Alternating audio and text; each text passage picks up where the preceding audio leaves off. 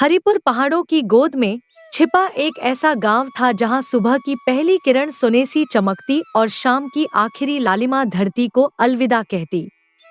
यहाँ की हवा में मिट्टी की सोंधी खुशबू और पेड़ों पर बैठे पक्षियों का कलरव हर किसी के मन को मोह लेता।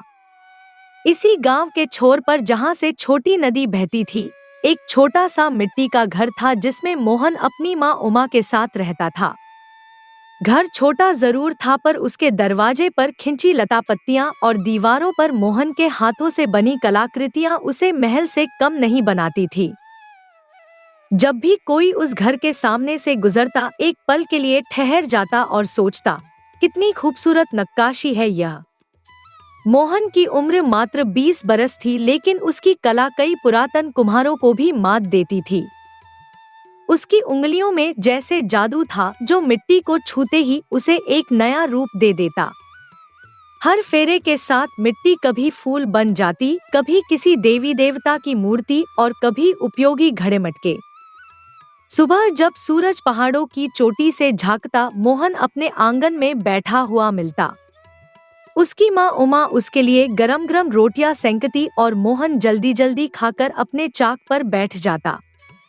उसके नन्हे से आंगन में चाक का गोल गोल घूमना और मोहन की रचनात्मक मुस्कान पूरे दिन का नजारा बन जाता। बेटा मोहन, उमा एक दिन बोली, अपने बेटे की जोश भरी आंखों को देखते हुए, तेरे पिता भी ऐसे ही बैठते थे सुबह से शाम तक बिना थके। जब भी मैं उन्हें खाना खाने के लिए बुलाती वे कहते, उमा अभी एक और घड़ा पूरा कर लूं फिर आता हूँ। और जब वे आते तो रात हो चुकी होती। मोहन ने चाक को थामते हुए पल भर को रुककर माँ की ओर देखा। उसकी आंखों में अपने पिता के लिए सम्मान के भाव थे।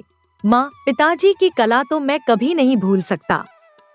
जब भी कोई मेरे घड़े की तारीफ करता है, मुझे लगता है यह तारीफ पिताजी की ही है। मैं तो बस उनके नक्शे कदम पर चल रहा हूँ। उमा की आंखों में आंसू छलक आए। हाँ बेटा, तेरे पिता गांव के सबसे अच्छे कुम्हार थे। उनकी उंगलियों में जादू था जो अब तुझ में आ गया है। मैं भगवान से यही प्रार्थना करती हूँ कि तू उनसे भी बड़ा कलाकार बने। मोहन ने अपने हाथों में थामी मिट्टी को प्यार से सहलाया। उसमें अपने पिता की याद और अपनी माँ के प्यार को महसूस करते हुए वह फिर से अपने काम में लग गया। एक शाम जब आसमान में बादल घिरे थे और हवा में बरसात की खुशबू चारों ओर फैली थी, मोहन अपने आंगन में नए बनाए घड़ों को सजा रहा था। उसकी माँ उमा दरवाजे पर खड़ी हो गईं। उनकी चिंतित आंखें आसमान और फिर बेटे पर टिकीं। बेटा मोहन, उन्होंने आवाज दी, देख आसमान में काले काले बादल छाए हैं। लगता है आज रात तेज बारिश होगी। इन घड़ों को अंदर रख ले, नहीं तो सारी मेहनत बर्बाद हो जाएगी। मोहन ने ऊपर आसमान की ओर देखा जहां बादल मंडरा रहे थे। एक बार बिजली चमकी और उसकी रोशनी में सारा आंगन जगमगा उठा। मोहन ने मुस्कुराते हुए कहा, अरे माँ, ये बादल तो सिर्फ गरज रहे हैं। देखिए कितनी देर से ये ऐसे ही मंडरा रहे हैं, पर बरसे तो है नहीं। मुझे लगता है ये रात भर ऐसे ही गरजेंगे और सुबह खिसक जाएंगे। उमा ने चिंतित नजरों से बेटे को देखा। मोहन, तुझे क्या लगता है मैं इतने बरसों से आकाश को नहीं पढ़ पाई? ये बादल गरज नहीं रहे बल्कि चेतावनी दे रहे हैं। मेरे अनुभव से जब ऐसे बादल छाते हैं तो पानी जरूर बरसता है, और वह भी मूसलाधार। मोहन ने अपने काम से सिर उठाकर एक बार फिर आसमान को देखा। अच्छा माँ, शायद आप सही कह रही हैं, लेकिन मैं बस थोड़ा और काम कर लूं, फिर सब घड़े अंदर रख दूंगा। यह देखिए, बस 2 घड़े और बचे हैं। इन्हें पूरा करके फिर सब अंदर ले जाऊंगा। उमा ने गहरी सांस ली। उनका मन अशांत था। ठीक है बेटा, पर जरा जल्दी कर लेना। और हाँ, खाना तैयार है, जल्दी आ जाना वरना खाना ठंडा हो जाएगा। मोहन ने हामी भरी और अपने काम में लग गया। उसकी उंगलियां मिट्टी को ऐसे आकार दे रही थी जैसे कोई कलाकार अपने चित्र को आखिरी छुअन दे रहा हो। वह कभी थोड़ा पीछे हटता, घड़े को देखता, फिर पास आकर उसमें कुछ सुधार करता। उसकी आंखों में अपने काम के प्रति समर्पण था जो उसके चेहरे की हर रेखा पर झलक रहा था। समय बीतता गया और मोहन अपने काम में इतना लीन हो गया कि उसे अपने आसपास का कुछ भी पता नहीं चला। जब अंतिम घड़ा भी पूरा हो गया तब तक आकाश और भी काला हो चुका था और हवा जोरों से चल रही थी। पेड़ों के पत्ते सरसराने लगे थे, मानो वे भी आने वाले तूफान की चेतावनी दे रहे हों। माँ, मैंने अपना काम पूरा कर लिया, मोहन ने खुशी से पुकारा। आइए देखिए मेरे नए घड़े। काम पूरा हो चुका था, लेकिन मोहन अब इतना थक चुका था कि उसने सोचा कि पहले खाना खा ले, थोड़ा आराम कर ले, फिर घड़ों को अंदर रखेगा। आखिरकार जैसा उसने सोचा था, बादल अभी भी सिर्फ गरज ही रहे थे, बरसे नहीं थे। माँ, मैं पहले खाना खा लूं, फिर इन्हें अंदर रख लूंगा, बहुत थक गया हूँ, मोहन ने घर के अंदर जाते हुए कहा। उमा ने निराश होकर सिर हिलाया, लेकिन कुछ नहीं कहा। वे जानती थी कि उनका बेटा जिद्दी है और जब उसका मन कुछ मानने को तैयार नहीं होता तो कोई फर्क नहीं पड़ता कि वे कितना भी समझाए। घर के अंदर माँ का बनाया गर्मागर्म खाना खाकर मोहन अपने कमरे में जाकर लेट गया। उसके शरीर में थकान थी, आंखें बंद करते ही वह गहरी नींद में डूब गया।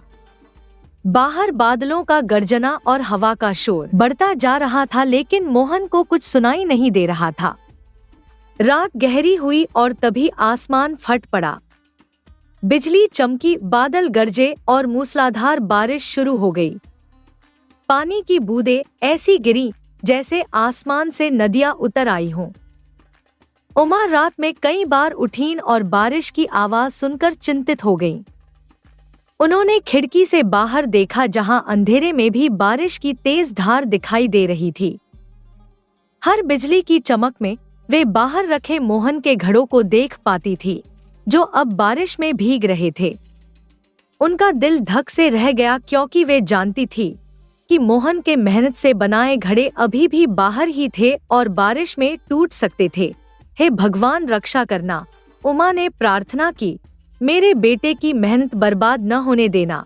लेकिन प्रकृति अपना रूप दिखा चुकी थी और उमा की प्रार्थना अधूरी रह गई। रात भर बारिश होती रही और सुबह तक पूरा आंगन पानी से भर गया था। सुबह जब मोहन नींद से उठा तो उसने पहली नजर अपने आंगन में डाली। सूरज की पहली किरणें बादलों के बीच से झांक रही थी और उस रोशनी में जो दृश्य उसने देखा, उससे उसका दिल टूट गया। उसके सारे घड़े टूट चुके थे। बारिश की तेज धार ने उन्हें चकनाचूर कर दिया था। मिट्टी के टुकड़े आंगन में बिखरे पड़े थे, जिनमें अब कोई आकार नहीं बचा था। वे घड़े जिन्हें बनाने में मोहन ने दिन रात मेहनत की थी, अब मिट्टी के ढेर में बदल चुके थे। यह क्या हो गया? मोहन ने दहशत में कहा।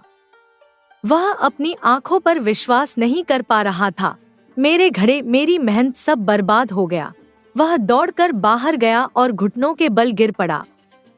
उसने टूटे हुए घड़ों के टुकड़ों को अपने हाथों में उठाने की कोशिश की, मानो वह उन्हें वापस जोड़ सकता हो, लेकिन वह जानता था कि यह असंभव था। एक बार मिट्टी का बना घड़ा टूट जाए तो उसे वापस जोड़ना और उसी रूप में लाना नामुमकिन होता है। मोहन के चेहरे पर निराशा के भाव स्पष्ट थे। उसकी आंखों में आंसू आ गए। इतनी मेहनत, इतना समय, सब बेकार हो गया। उमा, जो अपने बेटे की अवस्था देख रही थी, धीरे से उसके पास आई और उसके कंधे पर हाथ रखा।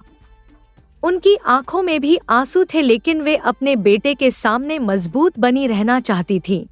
बेटा, मैं तुझे कितनी बार समझा रही थी, उमा ने धीरे से कहा। उनकी आवाज में दर्द था। कितनी बार कहा था कि घड़े बनाने के बाद उन्हें घर के अंदर रख देना, पर तूने मेरी बात अनसुनी कर दी। अब देख, जैसा मुझे डर था वैसा ही हुआ। सारे घड़े टूट चुके हैं। मोहन ने अपनी माँ की ओर देखा। उसकी आंखों में पछतावा था। वह जानता था कि यह उसकी ही गलती थी। अगर वह माँ की बात मान लेता तो आज यह दिन न देखना पड़ता। माँ, मुझे माफ कर दो, मोहन ने रुंधे गले से कहा। उसकी आवाज में अपराध बोध था।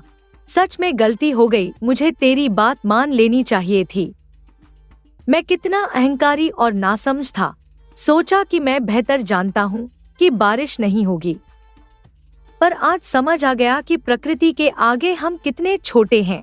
उमा ने अपने बेटे के बालों को सहलाया जैसे वह बचपन में किया करती थी। बेटा, जो हो गया सो हो गया। पछतावा करने से कुछ नहीं बदलेगा। हाँ, इससे सीख जरूर मिलेगी कि बड़ों की बात मानने में ही भलाई है। वे तजुर्बेकार होते हैं, जीवन के उतार चढ़ाव देखे होते हैं। मोहन ने अपनी माँ की ओर देखा। उसकी आंखों में कृतज्ञता के भाव थे। माँ, मैं तेरे गुस्से का हकदार हूँ। तू मुझे डांट भी सकती है, पर तू मुझे समझा रही है। सच में तू दुनिया की सबसे अच्छी माँ है। उमा मुस्कुराई और बोली, अरे माँ कभी अपने बच्चे पर गुस्सा नहीं करती। वह तो बस उसे सही राह दिखाती है। और हाँ, एक बात याद रखना बेटा, हार मानने वाले कभी जीतते नहीं। चल फिर से शुरू कर, मैं तेरे साथ हूँ। मोहन ने अपनी माँ की बात सुनकर हिम्मत जुटाई। वह धीरे से उठा और अपने आंगन को देखा, जहाँ अब सिर्फ मिट्टी और कीचड़ बचा था। लेकिन उसकी आंखों में अब एक नई दृढ़ता थी। तू सही कहती है माँ, मोहन ने अपने हाथों की धूल झाड़ते हुए कहा। मैं हार नहीं मानूंगा, न प्रकृति के आगे, न किस्मत के आगे, और न ही अपनी गलतियों के आगे। मैं एक बार फिर से शुरू करूंगा और इस बार तेरी हर बात मानूंगा। उमा ने अपने बेटे को गले से लगा लिया। उनकी आंखों में आंसू थे, लेकिन वे मुस्कुरा रही थी। मेरा बेटा मोहन अब बड़ा हो गया है, उन्होंने गर्व से कहा। मैं जानती थी कि तू हार मानने वालों में से नहीं है। चल अब हम दोनों मिलकर इस कीचड़ को साफ करते हैं, और फिर तू अपना काम फिर से शुरू कर देना। और इस प्रकार मोहन और उसकी माँ ने मिलकर आंगन से मिट्टी और कीचड़ साफ किया। दोनों ने पूरे दिन मेहनत की और धीरे धीरे आंगन फिर से स्वच्छ हो गया। उस शाम जब सूरज डूब रहा था, मोहन ने अपनी माँ से कहा, माँ मैं जानता हूँ कि यह आसान नहीं होगा, पर मैं फिर से शुरू करना चाहता हूँ। मुझे नई मिट्टी लानी होगी, उसे तैयार करना होगा और फिर नए घड़े बनाने होंगे। अगले दिन से मोहन फिर से काम में जुट गया। वह सुबह सबसे पहले उठता, नदी के किनारे से अच्छी मिट्टी लाता, उसे छानता, गूंथता और फिर अपने चाक पर बैठकर घड़े बनाता। दिन रात मेहनत करके उसने नए घड़े तैयार किए। हर घड़े में उसने अपने दिल का टुकड़ा जोड़ा, उसमें अपनी कला का जादू भरा। और हर शाम जब वह काम पूरा करता तो अपने बनाए हुए घड़ों को घर के अंदर रख देता, सिर्फ टूटने के डर से नहीं, बल्कि अपनी माँ की खुशी के लिए भी। कुछ दिनों बाद मोहन ने एक बैलगाड़ी में अपने घड़े रखे और गांव के बाजार की ओर चल पड़ा। बाजार जाते हुए उसके मन में कई तरह के विचार चल रहे थे। क्या लोग उसके घड़ों को पसंद करेंगे? क्या वह उन्हें अच्छे दाम पर बेच पाएगा? क्या उसे इतने पैसे मिलेंगे कि वह अपने घर का खर्च चला सके? हे भगवान, मेरी मदद करना। मोहन ने मन ही मन प्रार्थना की। मैंने पूरी मेहनत से ये घड़े बनाए हैं, बस आज का दिन अच्छा बीते। बाजार में पहुंचकर मोहन सीधा सेठ धनराज की दुकान पर गया, जो गांव का सबसे बड़ा व्यापारी था। धनराज सिर्फ पैसे के लिए ही प्रसिद्ध नहीं था, बल्कि अपनी चालाकी के लिए भी जाना जाता था। वह हर किसी से ऐसा सौदा करता कि उसे अधिक फायदा हो और दूसरे को कम। सेठ जी नमस्ते, मोहन ने विनम्रता से कहा और अपनी टोपी उतारी। मैं घड़े लेकर आया हूँ, जैसा आपने कहा था। आप देख लीजिए, एक से बढ़कर एक घड़े हैं। सेठ धनराज ने अपनी मोटी मोटी मूंछों पर हाथ फेरा और मोहन को ध्यान से देखा। उसकी आंखों में चालाकी की चमक थी। वह जानता था कि मोहन पैसों के मामले में भोला है और वह इस भोलेपन का फायदा उठा सकता है। हाँ, दिखा तेरा माल, सेठ ने अपनी मूंछों को ऐंठते हुए कहा। देखो क्या लाया है तू। मोहन ने अपने घड़े सेठ के सामने रख दिए। वे घड़े इतने खूबसूरत थे कि देखते ही मन मोह लेते थे। उन पर की गई नक्काशी और पेंटिंग एकदम नई और अनूठी थी। सेठ ने घड़ों को ध्यान से देखा, उन्हें हाथ में उठाकर घुमाया और फिर अपने चेहरे पर एक नकली निराशा का भाव ले आया। देख मोहन, सेठ ने घड़ों को वापस रखते हुए कहा, मैं तुझे पहले ही बता दूं, इन घड़ों का दम अब वैसा नहीं रहा जैसा पहले हुआ करता था।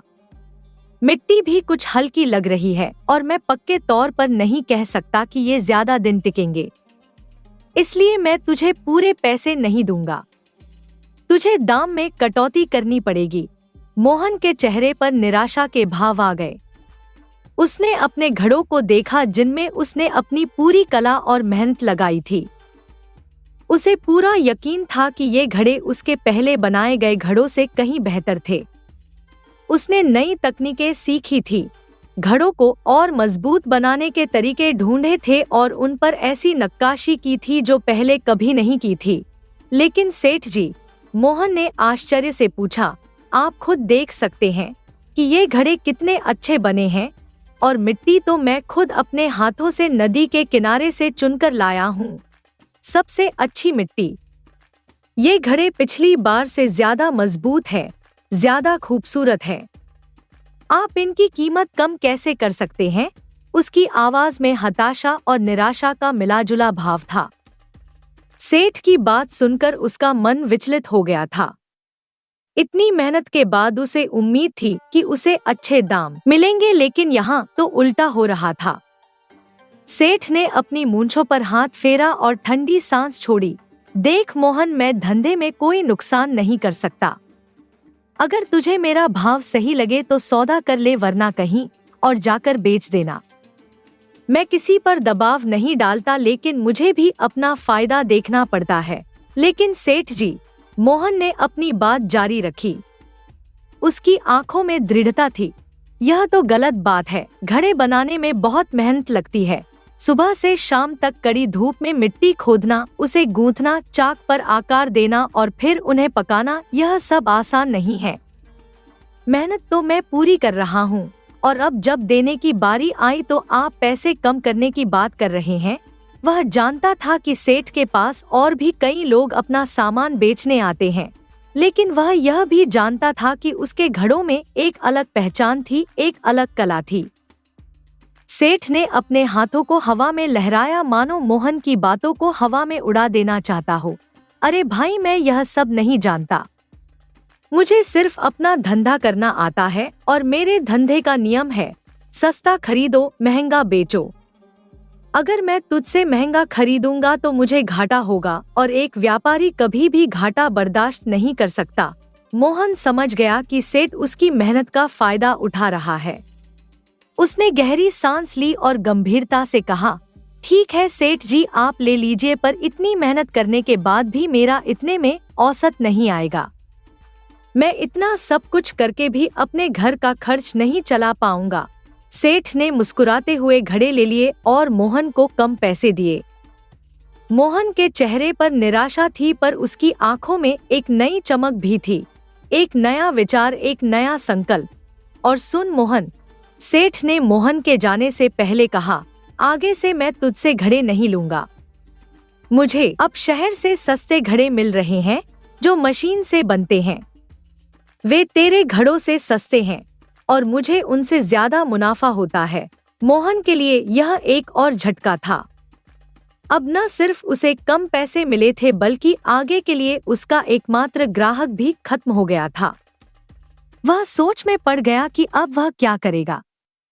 वह अपने घर की ओर चल पड़ा। रास्ते भर वह सोचता रहा कि अब उसे क्या करना चाहिए, कैसे वह अपनी कला को सही सम्मान दिला सके और अपनी माँ का भरण पोषण ठीक से कर सके। घर पहुंचकर मोहन ने अपनी माँ को सब कुछ बताया। सेठ की चालबाजी, कम पैसे मिलने की बात और भविष्य में घड़े न बेचने का उसका फैसला। उमा ने अपने बेटे की ओर देखा, उनकी आंखों में चिंता थी। बेटा, अब आगे से सेठ जी हमारे घड़े नहीं लेंगे। पहले ही वह कम पैसे देते थे और अब तो हमारा काम ही बंद हो जाएगा। हमें कुछ और सोचना होगा, नहीं तो हमारा गुजारा मुश्किल हो जाएगा। उनकी आवाज में गहरी चिंता थी, क्योंकि वे जानती थी कि गांव में रोजगार के साधन सीमित है और मोहन के पास कुम्हारी के अलावा कोई अन्य कला नहीं थी। मोहन ने माँ के हाथ अपने हाथों में लिए और धीरे से कहा, माँ, मुझे एक विचार आया है। मैं क्यों न खुद अपनी एक छोटी सी दुकान खोल लूं। वहां मैं अपने घड़े सीधे लोगों को बेच सकूंगा बिना किसी बिचौलिए के। इस तरह मेरी मेहनत का फल मुझे सीधे मिलेगा। उमा ने अपने बेटे की ओर हैरत से देखा। दुकान? तुझे पता है इसके लिए कितना पैसा लगेगा? किराया, सामान और न जाने क्या क्या खर्च आएगा। और फिर तू कुम्हार है, दुकानदार नहीं। क्या तू दोनों काम एक साथ कर पाएगा? मोहन ने मुस्कुराकर कहा, माँ, दुकान के लिए ज्यादा पैसे की जरूरत नहीं पड़ेगी। मैं हमारे घर के पास ही उस खाली जगह पर एक छोटी सी दुकान बना लूंगा। वहां मैं अपना चाक भी लगा सकता हूँ और अपने बनाए हुए घड़े भी बेच सकता हूँ। लोग देखेंगे कि मैं कैसे काम करता हूँ और मेरी कला को सराहेंगे। उमा को अपने बेटे के विचार में दम नजर आया, लेकिन वे अभी भी चिंतित थीं।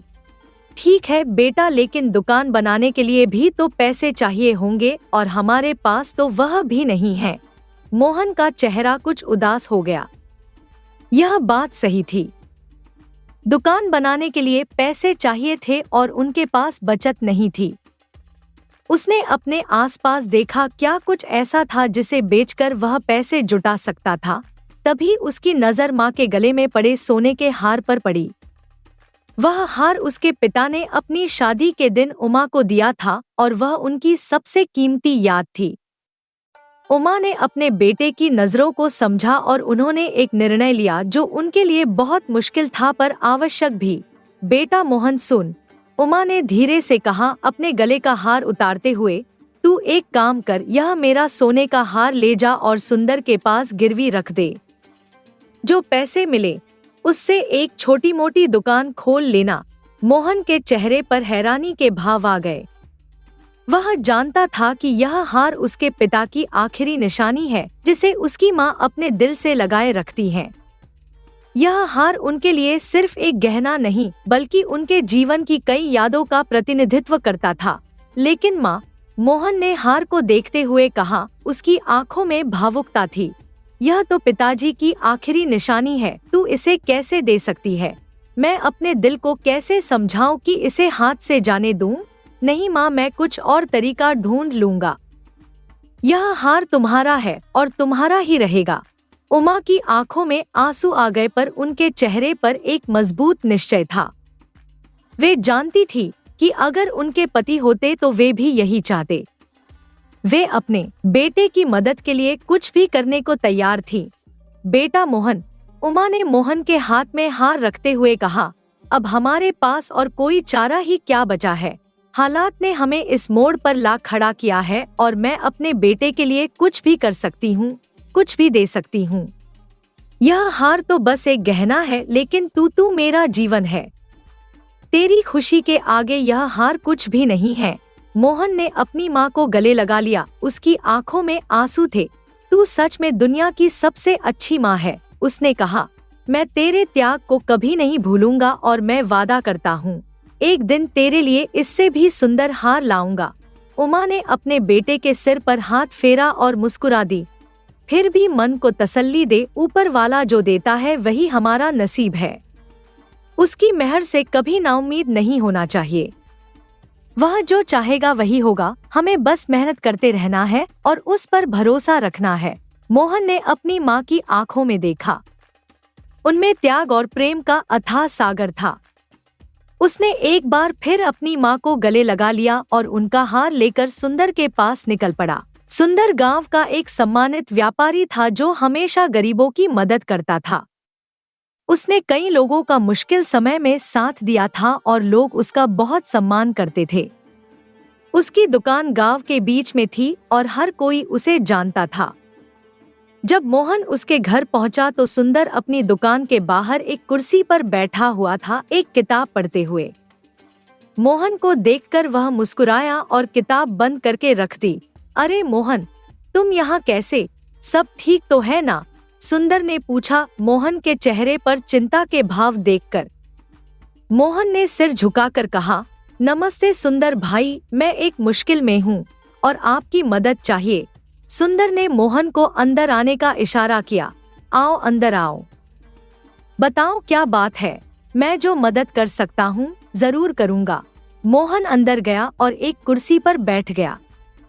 उसने अपनी जेब से माँ का हार निकाला और सुंदर के सामने रख दिया। सुंदर भाई, मोहन ने धीरे से कहा, मैं अपनी माँ का यह सोने का हार गिरवी रखना चाहता हूँ। आप इसे अपने पास रख लीजिए और बदले में मुझे कुछ रुपए उधार दे दीजिए। मैं वादा करता हूँ जल्द ही इसे छुड़ा लूंगा। सुंदर ने हार को देखा, उसे उठाकर हाथ में लिया और फिर मोहन की ओर देखा। उसकी आंखों में चिंता के भाव थे। अरे मोहन, सुंदर ने हार वापस मोहन के हाथ में रखते हुए कहा, यह तू क्या कह रहा है? घर में सब कुछ ठीक है ना? इतने सालों से तू घड़े बनाने का काम कर रहा है, फिर अचानक सोना गिरवी रखने की नौबत क्यों आ गई? क्या माताजी की तबीयत खराब है या कोई और परेशानी है? मोहन ने एक लंबी सांस ली और सुंदर को सब कुछ बता दिया। सुंदर ने धैर्यपूर्वक मोहन की पूरी बात सुनी और फिर थोड़ी देर तक चुप रहा। हाँ भाई, मोहन ने अपनी बात जारी रखी, बस हालात थोड़े खराब हो गए हैं। मैं चाहता हूँ कि अपनी मेहनत और कला का सही मूल्य पाऊँ, ताकि अपनी माँ का भरण पोषण अच्छे से कर सकूँ। लेकिन अब अगर दुकान खोलनी है तो थोड़े पैसे तो चाहिए और मेरे पास कोई और रास्ता नहीं बचा था। सुंदर ने समझदारी से सिर हिलाया। हाँ, यह तो सच है मोहन, बाजार बदल रहा है। लोग अब मशीन से बनी चीजों को तरजीह दे रहे हैं क्योंकि वे सस्ती पड़ती हैं। लेकिन याद रख, मशीन से बनी चीजों में वह आत्मा नहीं होती जो हाथ से बनी चीजों में होती है। तेरे घड़ों में एक कला है, एक सुंदरता है जो किसी मशीन से नहीं आ सकती। मोहन ने उत्साह से कहा, बिल्कुल सही कहा आपने सुंदर भाई, यही तो मैं भी मानता हूँ। मेरे घड़े सिर्फ मिट्टी के बर्तन नहीं हैं, वे मेरी कला के नमूने हैं, मेरी आत्मा के टुकड़े हैं। मैं हर घड़े में अपना दिल लगाता हूँ, अपनी पूरी मेहनत झोंक देता हूँ और मुझे विश्वास है अगर लोगों को सीधे मेरे घड़े मिले तो वे उनकी कद्र करेंगे। सुंदर मुस्कुराया। लेकिन फिर भी मोहन, तू हार गिरवी रखने की सोच रहा है, यह तो तेरी माँ की निशानी होगी। मोहन की आंखों में आंसू आ गए। यही तो सबसे बड़ी मुश्किल है सुंदर भाई। माँ ने खुद मुझे यह हार दिया ताकि मैं अपना सपना पूरा कर सकूं। मैं उनके त्याग को व्यर्थ नहीं जाने दे सकता। मैंने वादा किया है जल्द ही इसे छुड़ा लूंगा और माँ के गले में वापस पहना दूंगा। सुंदर ने मोहन के कंधे पर हाथ रखा। उसकी आंखों में गहरी समझ थी। समझ सकता हूँ भाई, तू मेहनती आदमी है, अपने हाथों से मिट्टी को सोने जैसा बना देता है और अब तेरी यही कला तुझे फिर से उठाएगी। सुंदर ने एक क्षण सोचा और फिर उसे एक नया विचार आया। वह अपनी कुर्सी से उठा और अपनी किताबों की अलमारी के पास गया।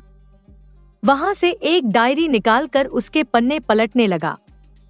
एक काम कर मोहन, सुंदर ने डायरी से नजर उठाकर कहा, तू घड़े बनाना जारी रख, लेकिन तुझे किसी से उधार मांगने या गहने गिरवी रखने की जरूरत नहीं पड़ेगी। मोहन ने आश्चर्य से पूछा, क्या मतलब सुंदर भाई? सुंदर मुस्कुराया। देख मोहन, मेरे भैया की लड़की रूपा की शादी है अगले महीने और मुझे 100 घड़े चाहिए। हर शादी में दहेज के साथ घड़े देने का रिवाज है और मैं चाहता हूँ कि मेरी भतीजी के दहेज में सबसे सुंदर घड़े हों। मोहन की आंखों में चमक आ गई। 100 घड़े? हाँ, सुंदर ने कहा, मैं तुझे अभी 100 घड़ों का ऑर्डर देता हूँ और इसके पूरे पैसे भी अभी दे देता हूँ। पर हाँ, घड़े मुझे 3 दिन में चाहिए। मोहन हैरान था। 100 घड़ों का ऑर्डर? वह अब तक एक बार में सिर्फ 10 या 15 घड़े ही बनाता था। 100 घड़े बनाना एक बड़ी चुनौती थी, लेकिन साथ ही यह एक बड़ा अवसर भी था। लेकिन सुंदर भाई, मोहन ने शंका जताई, 100 घड़े 3 दिन में? क्या मैं इतने घड़े इतने कम समय में बना पाऊंगा? सुंदर ने मोहन के कंधे पर हाथ रखा। मोहन, मैं जानता हूँ कि तू मेहनती है और जब कोई चुनौती सामने आती है तो तू हार नहीं मानता। मुझे विश्वास है तू यह कर सकता है और अगर तू सफल हो गया तो यह सिर्फ एक शुरुआत होगी। आगे और भी बड़े ऑर्डर आएंगे। मोहन की आंखों में उत्साह की चमक थी। वह सोच रहा था कि अगर वह इस ऑर्डर को पूरा कर देता है तो उसे न सिर्फ अच्छे पैसे मिलेंगे बल्कि उसकी प्रतिष्ठा भी बढ़ेगी। लोग जानेंगे कि मोहन एक कुशल कुम्हार है जो बड़े ऑर्डर पूरे कर सकता है। मैं यह ऑर्डर जरूर पूरा करूंगा सुंदर भाई, मोहन ने उत्साह से कहा। आप देखना ऐसे सुंदर घड़े बनाऊंगा कि सब देखते रह जाएंगे।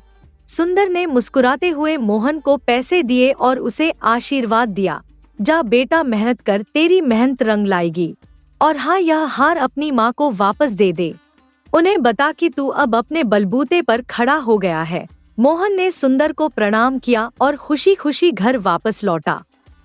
उसके कदमों में एक नई स्फूर्ति थी, आंखों में एक नया सपना और मन में एक नया विश्वास। घर पहुंचकर उसने अपनी माँ को सारी बात बताई। उमा की आंखों में खुशी के आंसू आ गए। उन्होंने अपने बेटे को आशीर्वाद दिया और कहा, देखा बेटा, ईमानदारी और मेहनत का फल हमेशा मीठा होता है। ऊपर वाला हमेशा अच्छे लोगों का साथ देता है। मोहन ने माँ के हाथों में हार वापस रख दिया। यह तेरा है माँ, और तेरा ही रहेगा। सुंदर भाई ने मुझे ऑर्डर दिया है और अब मुझे अपनी मेहनत से अपना रास्ता बनाना है। उमा ने फिर से हार पहना और मोहन के माथे पर प्यार से हाथ फेरा। मुझे अपने बेटे पर गर्व है। तू हमेशा ऐसे ही मेहनत करता रह और कभी भी बुरे समय में हार मत मानना। मोहन ने अपनी माँ के आशीर्वाद को सिर झुकाकर स्वीकार किया और फिर अपने काम में जुट गया। वह जानता था कि सामने एक बड़ी चुनौती है, लेकिन उसका मन मजबूत था और आत्मविश्वास से भरा हुआ।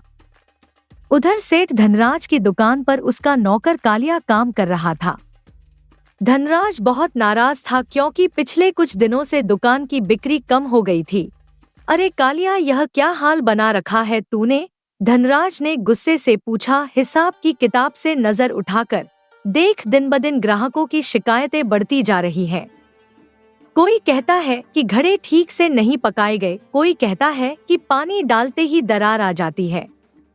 यह किससे बनवा रहा है तू घड़े? कालिया, जो एक पतले दुबले शरीर का नौजवान था, डरते डरते बोला। सेठ जी, मैं वही कर रहा हूँ जो आप कह रहे थे, सस्ते घड़े लाकर बेचना। उसकी आवाज में डर था क्योंकि वह जानता था कि सेठ का गुस्सा अक्सर नौकरों पर निकलता है। तो तू क्या चाहता है, मेरी दुकान बंद हो जाए? तब तो तूने ही तो कहा था कि तू सब संभाल लेगा। धनराज ने मेज पर जोर से हाथ मारते हुए कहा। अगर सस्ता सामान लेंगे तो कुछ ना कुछ कमी तो रह ही जाएगी, लेकिन इतनी की ग्राहक शिकायत करने लगे, यह तूने पहले क्यों नहीं बताया? कालिया ने लापरवाही से कंधे उचकाए। सेठ जी, मैं क्या करता? आप ही ने कहा था कि मोहन के घड़े महंगे पड़ते हैं, इसलिए उसे छोड़कर किसी और से लेने को। धनराज ने गहरी सांस ली। उसे अपनी गलती का एहसास हो रहा था। लेकिन तू मेरा नौकर है ना, तुझे मुझे सही सलाह देनी चाहिए थी। अब देख कितना नुकसान हो गया है। दुकान पर सन्नाटा छाया है, ग्राहक नहीं आ रहे और जो आते हैं वे भी शिकायत करके चले जाते हैं। कालिया को लगा कि यह सही मौका है सेठ को उसकी गलती का एहसास दिलाने का। हाँ सेठ जी, कालिया ने गंभीरता से कहा, अब आपको समझ आ रहा होगा कि आपकी दुकान पर भीड़ क्यों नहीं है। जब आप मोहन से घड़े लेते थे तब ग्राहक खुशी खुशी खरीद कर ले जाते थे। उसके घड़े मजबूत और सुंदर होते थे। लेकिन जब से आपने उसे छोड़कर सस्ते घड़े मंगाने शुरू किए हैं, तब से बिक्री गिरती जा रही है। धनराज ने अपनी मूंछों पर हाथ फेरा। धीरे धीरे उन्हें अपनी गलती का एहसास हो रहा था। वे एक व्यापारी थे और व्यापार में सिर्फ मुनाफा देखना ही काफी नहीं होता, ग्राहकों की संतुष्टि भी जरूरी होती है। ठीक है कालिया, धनराज ने निर्णय लेते हुए कहा, मैं मोहन के पास दोबारा जाऊंगा और उसे कहूंगा कि वह मुझे फिर से घड़े बेचना शुरू कर दे। मैं उसे पहले से ज्यादा दाम भी देने को तैयार हूँ। कालिया मुस्कुराते हुए बोला, लेकिन सेठ जी, अब तो मोहन आपको घड़े बेचेगा ही नहीं। क्यों? धनराज ने हैरानी से पूछा। कालिया ने एक रहस्यमयी मुस्कान के साथ कहा, क्योंकि सेठ जी, मोहन अब पहले जैसा नहीं रहा। सुना है सुंदर भाई ने उसे 100 घड़ों का ऑर्डर दिया है और यह भी सुना है कि वह अपनी खुद की दुकान खोलने की तैयारी में है। धनराज के चेहरे पर हैरानी के भाव आ गए। क्या कहा? 100 घड़ों का ऑर्डर और अपनी खुद की दुकान? यह तो मेरी दुकान के लिए बड़ा खतरा है। अगर मोहन अपनी दुकान खोल लेगा तो सारे ग्राहक उसी के पास जाएंगे, क्योंकि सब जानते हैं कि उसके घड़े कितने अच्छे होते हैं। मुझे जल्द से जल्द कुछ करना होगा। धनराज के दिमाग में चालें चलने लगी। वे नहीं चाहते थे कि मोहन अपना व्यापार शुरू करे, क्योंकि इससे उनका नुकसान होगा। उन्होंने सोचा कि अगर वे मोहन के 100 घड़ों का ऑर्डर पूरा होने से रोक सके तो शायद वह अपनी दुकान खोलने का विचार छोड़ दे। कालिया, धनराज ने आदेश दिया, मुझे पता करना है कि मोहन कहाँ अपने घड़े बनाता है और वे कब तक तैयार होंगे। तू जा और यह पता लगा। कालिया ने सिर हिलाया और दुकान से बाहर निकल गया। इधर मोहन अपने ऑर्डर को पूरा करने के लिए दिन रात एक कर रहा था। सुबह से शाम तक और फिर रात के अंधेरे में भी वह अपने चाक पर बैठा रहता, घड़े बनाता। हर घड़े पर वह विशेष ध्यान देता, उसे खूबसूरत बनाता और अपनी पूरी कला झलकाता। लेकिन काम इतना बड़ा था कि उसे लग रहा था वह अकेले इसे पूरा नहीं कर पाएगा। उसकी माँ चिंतित हो गई, क्योंकि वह बहुत थक गया था और ठीक से खाना भी नहीं खा रहा था। अरे बेटा मोहन, उमा ने चिंतित होकर कहा, कब से तू यह काम कर रहा है? पूरे 2 दिन हो गए तुझे यूं ही मिट्टी गूंथते और घड़े बनाते हुए। अपनी हालत तो देख जरा। हाथों में मिट्टी चिपकी हुई है, आंखों के नीचे गड्ढे पड़ गए हैं और बदन जैसे हड्डियों का ढांचा बनता जा रहा है। चल पहले कुछ खा पी ले, थोड़ा आराम कर ले। उन्होंने मोहन के लिए एक थाली में खाना परोसा और उसके पास ले आई। लेकिन मोहन का ध्यान पूरी तरह से अपने काम पर था। माँ अभी नहीं, मोहन ने कहा बिना अपनी नजर चाक से हटाए। मुझे अभी 50 घड़े और बनाने हैं और सिर्फ 1 दिन बचा है। तुम क्यों बार बार खाने की बात कर रही हो? खानपान का क्या है? जब काम पूरा हो जाएगा तब चैन से खा लूंगा। उमा ने अपने बेटे की चिंता में डूबी आंखों को देखा। बेटा, पैसे तो आते जाते रहेंगे, लेकिन सेहत अगर बिगड़ गई तो सब बेकार हो जाएगा। अगर तू बीमार पड़ गया तो फिर घड़े कौन बनाएगा? मेहनत अच्छी बात है, मगर हद से ज्यादा मेहनत खुद को तकलीफ देने जैसा होता है। पहले खाना खा, थोड़ा आराम कर, फिर आगे काम करना। मोहन ने अपनी माँ की बात सुनकर थोड़ा सोचा। वह जानता था कि माँ सही कह रही हैं, लेकिन समय बहुत कम था और काम बहुत ज्यादा। तभी वहाँ एक आवाज सुनाई दी, नमस्ते भाई, क्या मैं अंदर आ सकता हूँ? मोहन ने पलट कर देखा। दरवाजे पर एक अजनबी खड़ा था जो बहुत थकाहारा और भूखा लग रहा था। उसके कपड़े फटे हुए थे और चेहरे पर कई दिनों की सफेद दाढ़ी थी। मोहन ने अपना काम रोका और उस आदमी के पास गया। अरे भाई, कौन हो तुम और यहाँ क्या कर रहे हो? आदमी ने दीनता से कहा, भाई मेरा नाम काशी है। मैं कई दिनों से भूखा हूँ, पेट में अन्न का एक दाना भी नहीं गया है। मैं घर घर भीख मांगते हुए यहाँ तक आया हूँ। देखा कि तुम्हारे घर में रोशनी है तो सोचा शायद थोड़ा सा खाना मिल जाए। अगर तुम मुझे थोड़ा सा खाना दे दो तो तुम्हारा बहुत बड़ा एहसान होगा। उमा ने तुरंत एक थाली में खाना परोसा और काशी को दे दिया। आओ बेटा, खाना खा लो, भगवान किसी को भूखा नहीं रखता। काशी ने आभार व्यक्त किया और खाना खाने लगा जैसे कई दिनों से भूखा हो। खाते खाते उसकी नजर मोहन के चाक और अधूरे घड़ों पर पड़ी। भाई, तुम कुम्हार हो? उसने मुंह में अंतिम निवाला डालते हुए पूछा।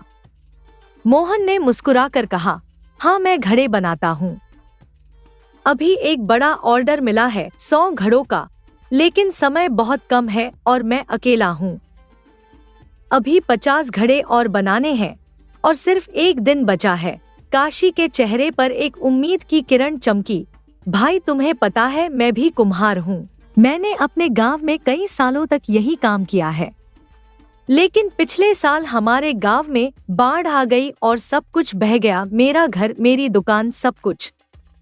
तब से मैं दर दर की ठोकरें खा रहा हूँ। अगर तुम चाहो तो मैं तुम्हारी मदद कर सकता हूँ। मेहनत से मुझे कोई परहेज नहीं है भाई। मुझे तो हर काम आता है, लेकिन कोई मुझे काम देने को तैयार ही नहीं होता। मोहन के दिमाग में एक विचार आया। अगर काशी सच में कुम्हार है तो वह उसकी मदद कर सकता है और तब शायद वे मिलकर ऑर्डर समय पर पूरा कर सकें। अच्छा, तुम्हें घड़े बनाना आता है? मोहन ने उत्सुकता से पूछा। काशी ने उत्साह से कहा, हाँ भाई, मुझे घड़े बनाना बहुत अच्छे से आता है। मेरे पिता और दादा भी कुम्हार थे और मैंने उनसे ही यह कला सीखी है। अगर आप मुझे अपने पास काम पर रख लें तो मैं मेहनत से काम करूंगा। मैं वादा करता हूँ आपको निराश नहीं करूंगा। मोहन ने काशी को ध्यान से देखा। उसकी आंखों में भूख थी पर साथ ही एक चमक भी, काम करने की इच्छा की चमक। मोहन को लगा शायद यह भगवान का ही भेजा हुआ है। ठीक है काशी, मोहन ने निर्णय लेते हुए कहा, आज से तुम मेरे साथ ही काम करोगे, मेहनत करोगे तो भूखे कभी नहीं रहोगे। चलो दोनों मिलकर घड़े बनाते हैं। जितना काम करोगे उतना ही मैं तुम्हें मेहनताना दूंगा। काशी की आंखों में आंसू आ गए। भाई, तुमने मुझे नई जिंदगी दी है। मैं तुम्हारा यह एहसान कभी नहीं भूलूंगा। मैं अपनी पूरी मेहनत से काम करूंगा और तुम्हारा यह ऑर्डर समय पर पूरा करने में मदद करूंगा। मोहन और काशी दोनों घड़े बनाने में जुट गए।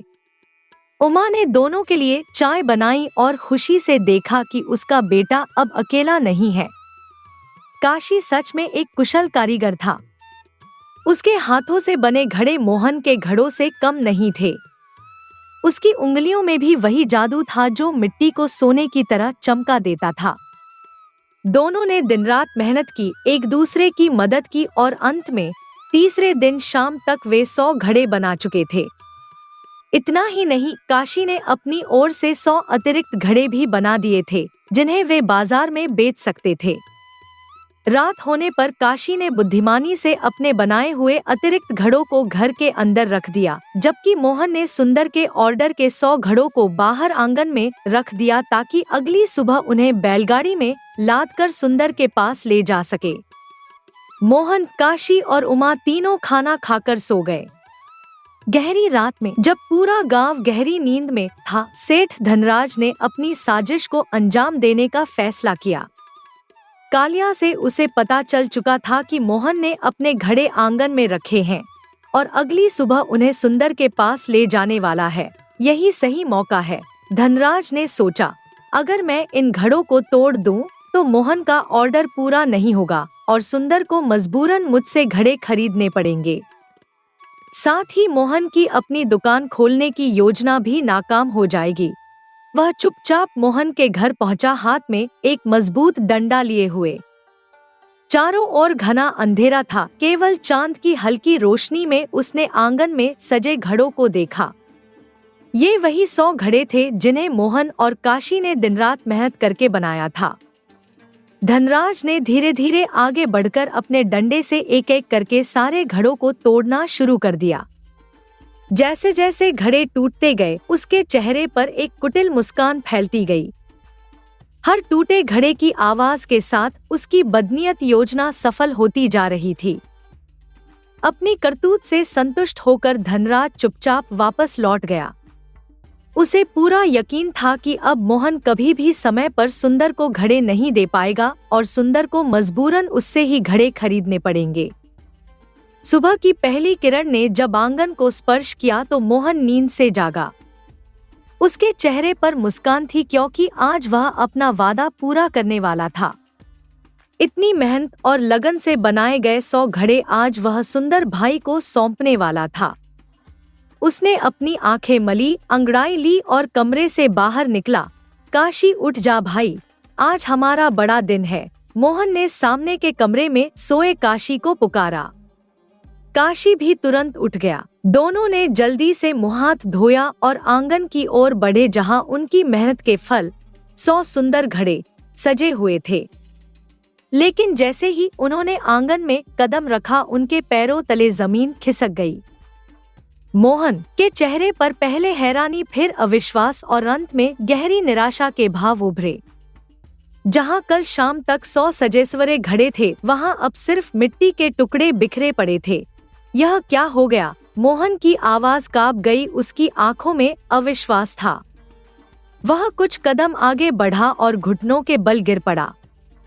कांपते हाथों से उसने मिट्टी का एक टुकड़ा उठाया और हथेली पर रखा। उसकी मेहनत, उसका सपना, सब कुछ पल भर में बिखर चुका था। अरे काशी, यह देख! मोहन की आवाज तीव्र पीड़ा से भर उठी, जैसे उसके हृदय से निकली हो। हमारे सारे घड़े सब तबाह हो गए, एक भी सही सलामत नहीं बचे। मेरे सपने, मेरी कला सब चकनाचूर हो गए। उसकी आंखों से आंसू बहने लगे, जो गालों पर लुढ़कते हुए उस मिट्टी में मिल गए जिसे उसने अपने हाथों में थामा था। यह किसने किया? कौन है जो हमारी मेहनत पर पानी फेर गया? काशी, जो अब तक स्तब्ध खड़ा था, धीरे धीरे आगे आया और मोहन के कंधे पर हाथ रखा। वह भी अचंभित था, लेकिन उसकी आंखों में कुछ अलग ही भाव थे, जैसे वह इस अनहोनी की आशंका पहले से कर रहा हो। हाँ मोहन, काशी ने भारी आवाज में कहा, चारों ओर नजर दौड़ाते हुए, यह किसी दुश्मन की चाल लगती है। कोई ऐसा है जो नहीं चाहता कि तुम सफल हो, जो तुम्हारी उन्नति से जलता है। उसने एक टूटे घड़े का टुकड़ा उठाकर गौर से देखा और कहा, देखो, यह साफ तोड़ फोड़ का मामला है। इन घड़ों को किसी ने जानबूझकर तोड़ा है। इन पर डंडे से वार किए गए हैं। मोहन अभी भी अपने विश्वास को संभालने की कोशिश कर रहा था। उसके मन में तूफान उठ रहा था, निराशा, क्रोध, अपमान और सबसे बढ़कर बेबसी। इतनी मेहनत से बनाए गए घड़े, जिनमें उसने अपनी आत्मा डाली थी, अब मिट्टी के ढेर में बदल चुके थे। इतनी मेहनत!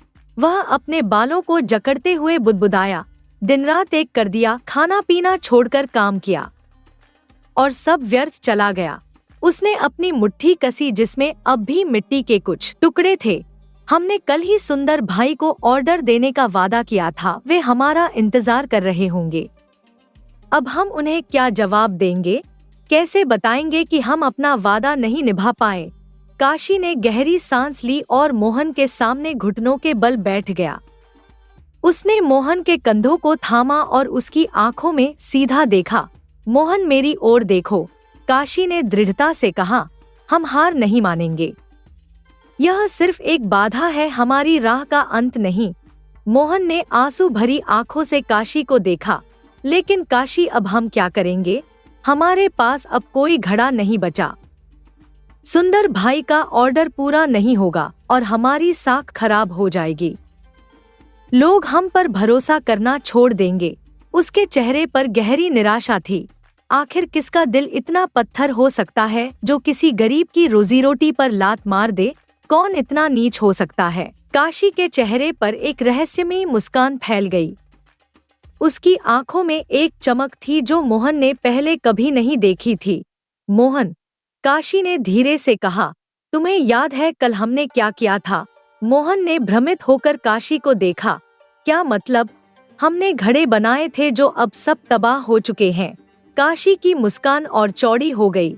नहीं मोहन, हमने सिर्फ घड़े ही नहीं बनाए थे, हमने एक सुरक्षा योजना भी तैयार की थी। वह मोहन का हाथ पकड़कर उसे अंदर की ओर ले गया।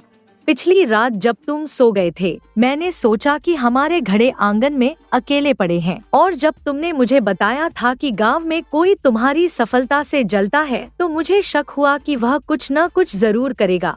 मोहन के चेहरे पर अभी भी भ्रम था, लेकिन काशी के शब्दों में एक अजीब सी आशा की किरण थी जो उसे आकर्षित कर रही थी। इसलिए काशी ने उत्साह से कहा, जैसे कोई बच्चा अपना छिपा हुआ खजाना दिखा रहा हो, मैंने अपने बनाए 100 अतिरिक्त घड़ों को गोदाम में छिपा दिया। वही घड़े जो मैंने अपनी ओर से बनाए थे, सिर्फ सावधानी के तौर पर। वह मोहन को गोदाम के दरवाजे तक ले गया और उसे खोला। अंदर सजे संवरे रंग बिरंगे 100 घड़े थे, जिन्हें काशी ने बड़ी सावधानी से रखा था। हर घड़े पर एक अलग डिजाइन थी जो काशी की कलात्मक प्रतिभा को दर्शाती थी। मोहन के मुंह से आश्चर्य का उद्गार निकला। उसकी आंखें चौड़ी हो गईं और वह अविश्वास से घड़ों को देखता रहा। फिर अचानक उसकी आंखों में आंसू छलक आए, लेकिन इस बार ये खुशी के आंसू थे। काशी, मोहन खुशी से चिल्लाया और अपने नए दोस्त को गले से लगा लिया। तूने यह सब किया, तूने हमें बचा लिया। तू सिर्फ एक कुशल कारीगर ही नहीं, बल्कि एक दूरदर्शी इंसान भी है। काशी ने विनम्रता से सिर झुका लिया। मैंने सिर्फ वही किया जो मुझे सही लगा। मैंने सोचा सावधानी हमेशा बेहतर होती है। और देखो, मेरी आशंका सही निकली। मोहन ने गहरी सांस ली, जैसे उसके सीने से कोई भारी बोझ उतर गया हो। काशी तू मेरा भाग्य बदलने वाला फरिश्ता बनकर आया है। पहले तूने मेरी मदद की घड़े बनाने में, और अब मैं तेरा यह एहसान कभी नहीं चुका पाऊंगा। काशी मुस्कुराकर बोला, एहसान की बात मत करो मोहन। जब मेरे पास कुछ नहीं था तब तुमने मुझे अपनाया, खाना दिया, काम दिया, सम्मान दिया। यह तो मेरा फर्ज था कि मैं तुम्हारी मदद करूं। मोहन ने काशी की ओर नई दृढ़ता से देखा। उसकी आंखों में आत्मविश्वास और कृतज्ञता झलक रही थी। चल काशी, इन घड़ों को बैलगाड़ी में लादते हैं। हमें जल्दी से सुंदर भाई के पास पहुंचना है, वे हमारा इंतजार कर रहे होंगे। इस प्रकार मोहन और काशी ने मिलकर सुंदर घड़ों को बैलगाड़ी में सावधानी पूर्वक सजाया और उनके ऊपर गीले कपड़े रख दिए ताकि वे सुरक्षित रहें। फिर मोहन ने अपनी माँ को सब कुछ बताया, जो यह सब सुनकर हैरान रह गईं। काशी बेटा, उमा ने काशी के सिर पर प्यार से हाथ फेरते हुए कहा, तू सच में बहुत होशियार है। तेरी बुद्धि ने आज हमारा घर बचा लिया। भगवान तुझे हमेशा खुश रखे। काशी ने सिर झुकाकर माँ का आशीर्वाद लिया। माँ, आपका आशीर्वाद ही मेरे लिए सबसे बड़ा पुरस्कार है। मोहन, जो अब तक चुप था, गंभीर स्वर में बोला, लेकिन एक बात अब भी मेरे मन को चुभ रही है। यह सब किसने किया? कौन है जो हमारी तरक्की से इतना जलता है? काशी ने मोहन की ओर देखा। उसकी आंखों में वह जानकारी थी जिसे वह अब तक छिपाए हुए था। मोहन, मुझे लगता है कि यह सेठ धनराज का काम है। सेठ धनराज? मोहन हैरान रह गया। तुम्हें यह कैसे पता? कल जब मैं बाजार से लौट रहा था, काशी ने बताया, तो मैंने उनके नौकर कालिया को तुम्हारे घर के आसपास घूमते हुए देखा था। वह छिप छिप कर देख रहा था कि हम क्या कर रहे हैं। जब मैंने उससे पूछा कि वह यहाँ क्या कर रहा है तो वह घबराकर भाग गया। मोहन के चेहरे पर अब क्रोध के भाव उभर आए। यानी सेठ ने मेरे घड़े तोड़े। वह चाहता था कि मैं अपना ऑर्डर पूरा न कर पाऊं ताकि मेरी साख बिगड़ जाए और मैं दुकान न खोल सकूं। उसने अपनी मुट्ठियां कस ली और गुस्से से बोला, मैं उसे यूं ही नहीं छोड़ूंगा। उसे इसकी सजा मिलनी चाहिए। काशी ने मोहन के कंधे पर हाथ रखा और कहा, मोहन, बदला लेने से क्या फायदा? सबसे अच्छा बदला यही होगा कि हम अपना काम पूरा करें और सफल हों। सेठ की सबसे बड़ी हार यही होगी। वह चाहता था कि हम असफल हो और हम यह साबित कर देंगे कि उसकी हर चाल नाकाम है। मोहन ने गहरी सांस ली। उसके मन का गुस्सा अभी भी शांत नहीं हुआ था, लेकिन वह जानता था कि काशी सही कह रहा है। ठीक है काशी, पहले हम सुंदर भाई का ऑर्डर पूरा करते हैं, फिर देखते हैं। और इस प्रकार मोहन और काशी बैलगाड़ी में अपने सुंदर घड़े लेकर सुंदर के घर की ओर चल पड़े। उनके मन में आशा थी, आत्मविश्वास था और सफलता का अटूट विश्वास था। सुंदर के घर के सामने एक अजीब सा दृश्य था। सेठ धनराज अपनी गाड़ी में 100 घड़े लेकर पहले ही वहां पहुंच चुके थे। वे अपने घड़ों को सुंदर के सामने प्रदर्शित कर रहे थे और उन्हें खरीदने के लिए मनाने की कोशिश कर रहे थे। सुंदर भाई, सेठ धनराज ने चापलूसी भरे स्वर में कहा। उनकी मूंछों पर वही पुरानी चालबाज मुस्कान थी। देखिए, मैं कितनी दूरदर्शिता से काम करता हूँ। मैंने पहले ही अनुमान लगा लिया था कि मोहन जैसा छोटा कुम्हार इतना बड़ा ऑर्डर पूरा नहीं कर पाएगा।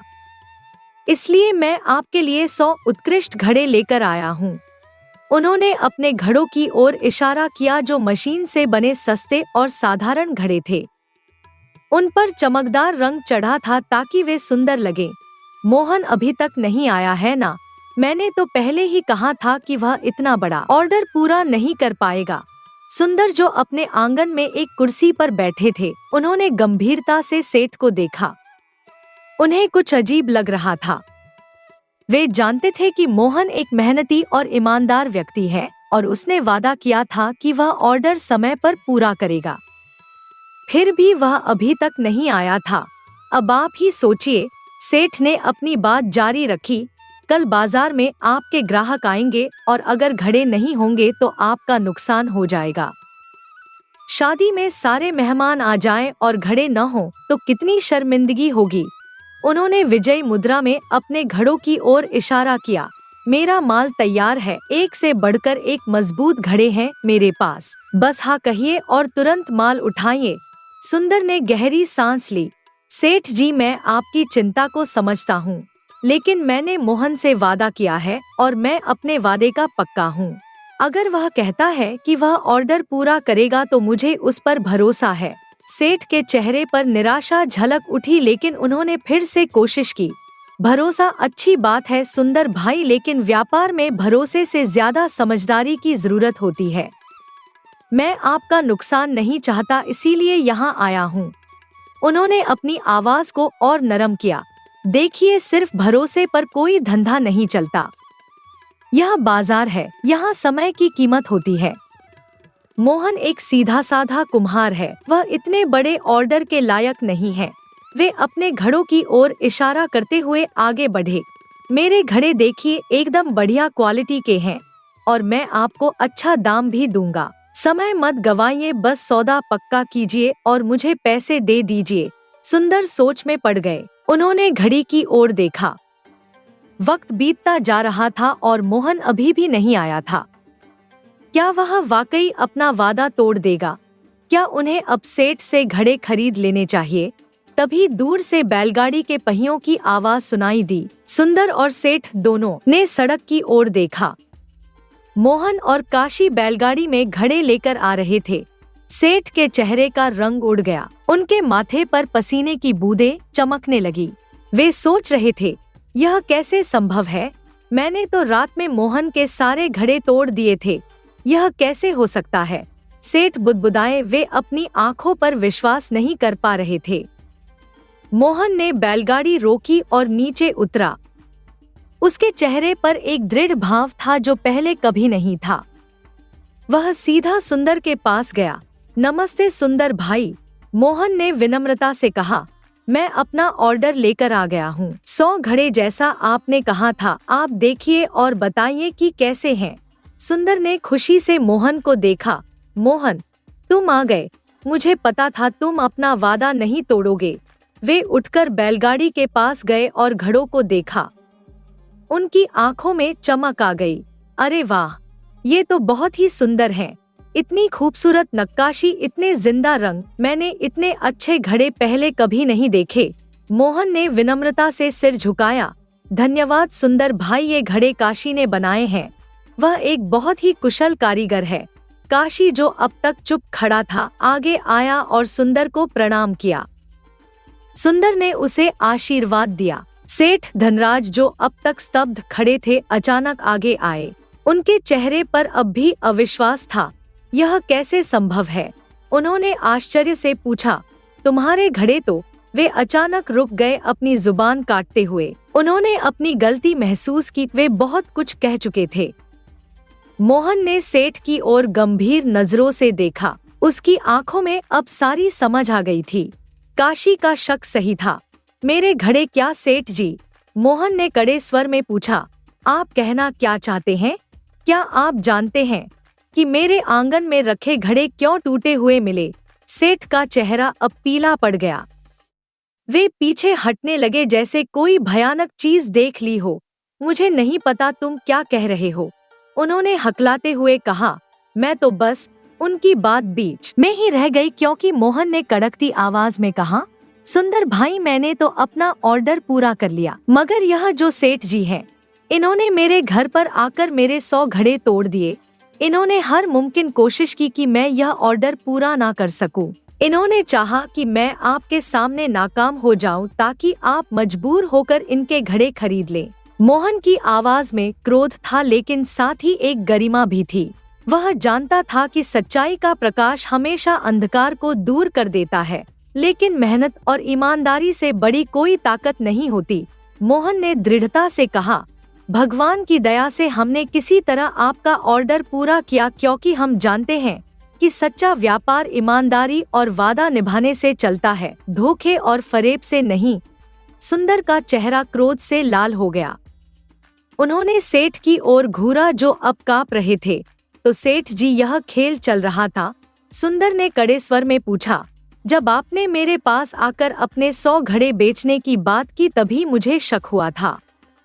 आपकी आंखों में वह चालाकी थी जो मुझे परेशान कर रही थी। उन्होंने एक कदम आगे बढ़ाया जैसे सेठ को चुनौती दे रहे हों। अब समझ आया कि आपने मोहन के घड़े फोड़ दिए ताकि वह ऑर्डर पूरा न कर सके और मैं मजबूर होकर आपके घड़े खरीद लूं। यही है आपका व्यापार करने का तरीका, दूसरों को नुकसान पहुंचाकर उनकी मेहनत बर्बाद करके अपना फायदा देखना। सुंदर की आवाज में गुस्सा था लेकिन साथ ही एक गहरी निराशा भी, जैसे उन्हें अपने एक साथी व्यापारी से ऐसी उम्मीद नहीं थी।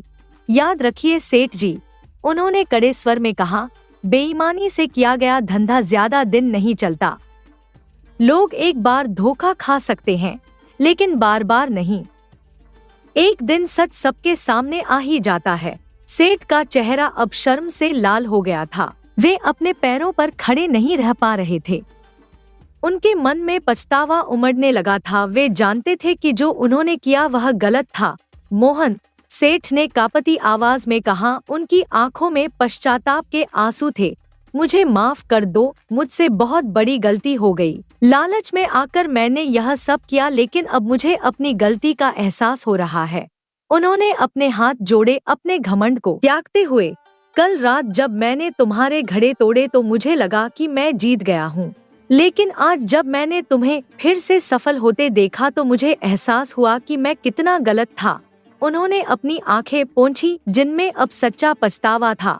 मैं वादा करता हूँ कि आगे से कभी किसी गरीब मेहनती आदमी के साथ धोखा नहीं करूँगा। मुझे माफ कर दो मोहन। मोहन ने गंभीरता से सेठ की ओर देखा।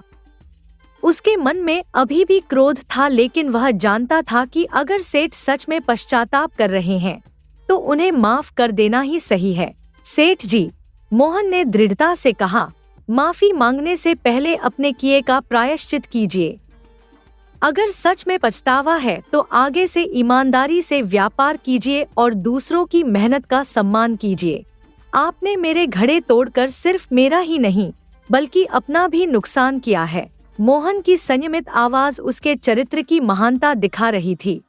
हम सब एक ही गांव के हैं और हमें एक दूसरे का सहयोग करना चाहिए, न कि एक दूसरे को नीचा दिखाने की कोशिश करनी चाहिए। सेठ ने सिर झुकाकर मोहन की बात मानी। तुम सही कहते हो मोहन। मैं वादा करता हूँ अब से मैं एक ईमानदार व्यापारी बनूंगा और अगर तुम्हें मेरी मदद कभी भी चाहिए तो मैं हमेशा तैयार रहूंगा। सुंदर ने इस पूरे दृश्य को देखा और मुस्कुरा दिए। उन्होंने मोहन के कंधे पर हाथ रखा। वाह मोहन, उन्होंने गर्व से कहा, तुझमें सिर्फ कला ही नहीं बल्कि एक महान आत्मा भी है। तू सिर्फ मिट्टी को ही आकार नहीं देता बल्कि अपने व्यवहार से दूसरों के जीवन को भी संवारता है। फिर उन्होंने मोहन के घड़ों की ओर देखा और मुस्कुरा दिए। वाह मोहन, तेरे घड़े तो बहुत सुंदर बने हैं। इतनी कलात्मकता, इतनी खूबसूरती। मैं जानता था कि तू अपना वादा निभाएगा। ये ले तेरे बाकी के पैसे और हाँ, अगले महीने मुझे 200 और घड़े चाहिए। क्या तू बना पाएगा? मोहन ने आश्चर्य से पूछा। 200 घड़े? यह तो दोगुना ऑर्डर है। सुंदर ने हंसते हुए कहा, हाँ लेकिन अब तुम्हारे पास काशी भी है और मुझे तुम दोनों की मेहनत पर पूरा भरोसा है। तुम दोनों मिलकर हर मुश्किल का सामना कर सकते हो, यह तुमने साबित कर दिया है। मोहन ने काशी की ओर देखा और दोनों ने एक दूसरे की ओर मुस्कुराते हुए देखा। उनकी आंखों में एक नया विश्वास था, एक नई आशा थी। हाँ सुंदर भाई, मोहन ने उत्साह से कहा, हम 200 घड़े जरूर बनाएंगे और आप देखना, वे इससे भी ज्यादा खूबसूरत होंगे। एक महीना बीत गया और हरिपुर गांव में बहुत कुछ बदल चुका था। मोहन और काशी ने मिलकर अपने घर के पास एक छोटी सी दुकान खोल ली थी, मिट्टी के मोहन नाम से। यह नाम काशी ने सुझाया था क्योंकि वह कहता था कि मोहन सिर्फ मिट्टी के घड़े ही नहीं बनाता बल्कि मिट्टी को जिंदगी देता है। दुकान छोटी जरूर थी लेकिन साफ सुथरी और आकर्षक थी। बाहर एक चौड़ा बरामदा था जहां मोहन और काशी अपने चाक पर बैठकर घड़े बनाते थे ताकि लोग उन्हें काम करते हुए देख सकें। अंदर दीवारों पर उनके बनाए हुए खूबसूरत घड़े, मूर्तियां और कलात्मक वस्तुएं सजी हुई थी। देखो मोहन, काशी ने एक दिन दुकान के बाहर खड़े होकर कहा, हमारी मेहनत कैसे रंग ला रही है। हर दिन ग्राहक बढ़ते जा रहे हैं और हमारी कला की प्रशंसा हो रही है। मोहन ने मुस्कुराकर अपने दोस्त को देखा। यह सब तेरी वजह से है काशी। तूने मुझे हिम्मत दी, तूने मुझे बचाया और तेरी मेहनत ने हमारी दुकान को यहाँ तक पहुँचाया। काशी ने विनम्रता से सिर झुकाया। नहीं मोहन, यह सिर्फ मेरी वजह से नहीं है, यह हमारी साझा मेहनत का फल है। तुमने मुझे तब अपनाया जब मैं एक भिखारी था और तुम्हारे विश्वास ने मुझे एक नई जिंदगी दी। मोहन की आंखों में भावुकता आ गई। तुझे पता है काशी, जब मैं पहले अकेला था तो मुझे लगता था कि मैं कभी भी अपने सपने पूरे नहीं कर पाऊंगा, लेकिन अब तेरे साथ मुझे लगता है कि हम कुछ भी कर सकते हैं। दोनों ने एक दूसरे को गले लगाया जैसे दो भाई एक दूसरे का साथ दे रहे हों। तभी एक आवाज ने उनका ध्यान आकर्षित किया। अरे मोहन, काशी, मैं आ गया। उन्होंने मुड़कर देखा। सेठ धनराज अपनी गाड़ी से उतर रहे थे। उनके हाथ में कुछ कागज थे और चेहरे पर एक अलग तरह की मुस्कान थी, सच्ची और ईमानदार। नमस्ते सेठ जी, मोहन ने सम्मान से कहा। उस घटना के बाद से सेठ बदल गए थे। उन्होंने अपने व्यापार के तरीके सुधार लिए थे और अब गांव में एक ईमानदार और सम्मानित व्यापारी के रूप में जाने जाते थे। नमस्ते मोहन, नमस्ते काशी, सेठ ने मुस्कुराते हुए कहा। मैं तुम दोनों के लिए एक खुशखबरी लेकर आया हूँ। वे अपने हाथ में पकड़े कागजों को दिखाते हुए आगे बढ़े। तुम्हारे घड़ों की प्रशंसा अब सिर्फ हमारे गांव तक ही सीमित नहीं रही। शहर के बड़े व्यापारियों ने भी तुम्हारे बारे में सुना है और वे तुम्हारे घड़े खरीदना चाहते हैं। मोहन और काशी ने एक दूसरे को हैरानी से देखा। शहर के व्यापारी, हमारे घड़े? सेठ ने हाँ में सिर हिलाया। हाँ, मैंने खुद उनसे बात की है। उन्हें तुम्हारे घड़ों के नमूने दिखाए और वे बहुत प्रभावित हुए। उन्होंने 500 घड़ों का ऑर्डर दिया है और वह भी अच्छे दाम पर। मोहन के चेहरे पर हैरानी और खुशी के मिलेजुले भाव थे। 500 घड़े, यह तो बहुत बड़ा ऑर्डर है। क्या हम इसे पूरा कर पाएंगे? काशी ने मोहन के कंधे पर हाथ रखा और आत्मविश्वास से मुस्कुराया। क्यों नहीं कर पाएंगे मोहन? हमने पहले भी मुश्किलों का सामना किया है और हमेशा सफल हुए हैं। यह भी एक चुनौती है और हम इसे जरूर पूरा करेंगे, सेठ ने मुस्कुराकर कहा। और इस बार मैं भी तुम्हारी मदद करूंगा। मेरे यहाँ कई कारीगर काम करते हैं जो तुम्हारे साथ मिलकर इस ऑर्डर को पूरा कर सकते हैं। हम सब मिलकर इसे समय पर तैयार करेंगे। मोहन की आंखों में भावुकता के आंसू आ गए। सेठ जी, आप सच में हमारी मदद करेंगे? सेठ ने गंभीरता से कहा। हाँ मोहन, मैं अपनी गलतियों से सीख चुका हूँ। अब समझ गया हूँ कि व्यापार में सफलता सिर्फ पैसा कमाने में नहीं, बल्कि सही और ईमानदार तरीके से काम करने में है। हम सब एक ही गांव के हैं और हमें एक दूसरे की मदद करनी चाहिए। उन्होंने मोहन और काशी के कंधों पर हाथ रखा। और फिर जब तुम्हारे घड़े शहर में बिकेंगे तो हमारे गांव का नाम भी रोशन होगा। यह मेरे लिए भी गर्व की बात होगी। मोहन, काशी और सेठ तीनों ने मिलकर इस नए अवसर पर चर्चा की। उन्होंने योजना बनाई कि कैसे वे सब मिलकर इस बड़े ऑर्डर को पूरा करेंगे। सेठ के कारीगरों की मदद से और मोहन और काशी के निर्देशन में वे 500 घड़े बनाने का काम शुरू करेंगे। जब सेठ चले गए तो मोहन ने काशी से कहा, देखा काशी, कैसे एक इंसान अपनी गलतियों से सीखकर बदल सकता है। सेठ जी, जो कभी हमारी तरक्की के दुश्मन थे, आज हमारे मददगार बन गए हैं। काशी ने मुस्कुराकर कहा, यही तो जिंदगी है मोहन। हर इंसान में अच्छाई होती है, बस उसे सही रास्ता दिखाने की जरूरत होती है। सेठ जी ने अपनी गलती से सीखा और अब वे एक बेहतर इंसान बन गए हैं। इसी बीच उमा भी दुकान में आ गई। उन्होंने अपने बेटे और काशी को गले लगाया। मेरे बेटों, उन्होंने गर्व से कहा, तुम दोनों ने मुझे बहुत गर्व महसूस कराया है।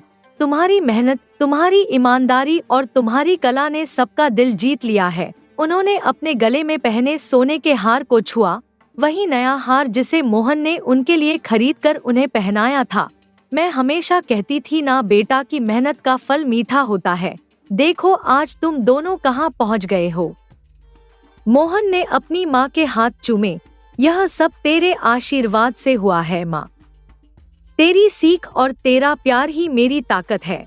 इस प्रकार मोहन, काशी और उमा की मेहनत और ईमानदारी का फल मीठा निकला। मोहन की दुकान दिन ब दिन फलने फूलने लगी। उसकी कारीगरी और कला ने उसे एक नई पहचान दी। मिट्टी का मोहन।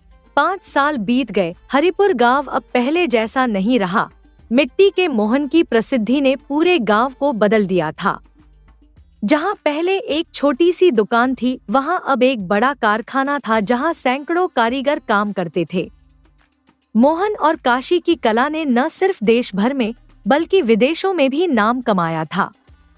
एक सुबह जब सूरज की पहली किरणें पहाड़ों पर पड़ रही थी, मोहन अपने कारखाने के बाहर खड़ा था।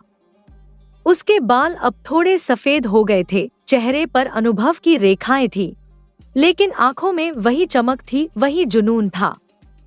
काशी, जो अब उसका साझेदार था, उसके पास आया। वे दोनों अपने कारखाने की ओर देखने लगे जहां सैकड़ों कारीगर मिट्टी से अद्भुत कलाकृतियां बना रहे थे। तभी एक युवक दौड़ता हुआ आया। मोहन जी, काशी जी, एक बड़ी खबर है। मोहन और काशी ने उत्सुकता से उसकी ओर देखा। क्या हुआ विजय? विजय, जो कारखाने में काम करता था, हाफते हुए बोला, सरकार ने आपको पद्मश्री पुरस्कार के लिए चुना है। कुम्हारी कला को आगे बढ़ाने और हजारों लोगों को रोजगार देने के लिए। मोहन और काशी दोनों के चेहरे पर हैरानी और खुशी के भाव आए। पद्मश्री, देश का एक प्रतिष्ठित पुरस्कार, उनके लिए एक बड़ा सम्मान था। क्या यह सच है? मोहन ने अविश्वास से पूछा। विजय ने सिर हिलाया। हाँ मोहन जी, अभी अभी घोषणा हुई है। पूरा गांव इस खबर से खुश है। मोहन की आंखों में आंसू आ गए। उसने आसमान की ओर देखा जहां उसे अपने पिता का आशीर्वाद महसूस हुआ। देखा पिताजी, आपकी कला आज राष्ट्रीय स्तर पर पहचानी गई है। काशी ने अपने दोस्त को गले लगा लिया। यह तुम्हारी मेहनत का फल है मोहन। तुमने हमेशा अपनी कला में सच्चाई रखी, कभी समझौता नहीं किया। मोहन ने विनम्रता से कहा, यह हम सबकी मेहनत का फल है काशी। तुम्हारी, हमारे कारीगरों की और सबसे बढ़कर उन ग्राहकों की जिन्होंने हमारी कला को सराहा। उसी शाम गांव वालों ने मोहन और काशी के सम्मान में एक समारोह आयोजित किया। हरिपुर के छोटे से चौराहे को दियों से सजाया गया था और सभी गांव वाले वहां एकत्र हुए थे। सेठ धनराज, जो अब बुजुर्ग हो चुके थे, वे भी वहां मौजूद थे। उनके चेहरे पर गर्व भरी मुस्कान थी। सुंदर अब गांव के सरपंच बन चुके थे। उसने भाषण देते हुए कहा, आज हमारे गांव का नाम पूरे देश में रोशन हुआ है। मोहन और काशी ने न सिर्फ अपनी कला से बल्कि अपने चरित्र और मेहनत से भी सबका दिल जीता है। उन्होंने मोहन और काशी को सामने आने का इशारा किया। ये दोनों हमारे गांव के गौरव हैं, हमारी प्रेरणा है। इन्होंने हमें सिखाया है कि मेहनत, ईमानदारी और कला के जरिए कोई भी अपने सपने साकार कर सकता है। मोहन की आंखों में आंसू थे। उसने अपनी माँ उमा की ओर देखा। वे अब बुजुर्ग हो चुकी थी और एक कुर्सी पर बैठी थी।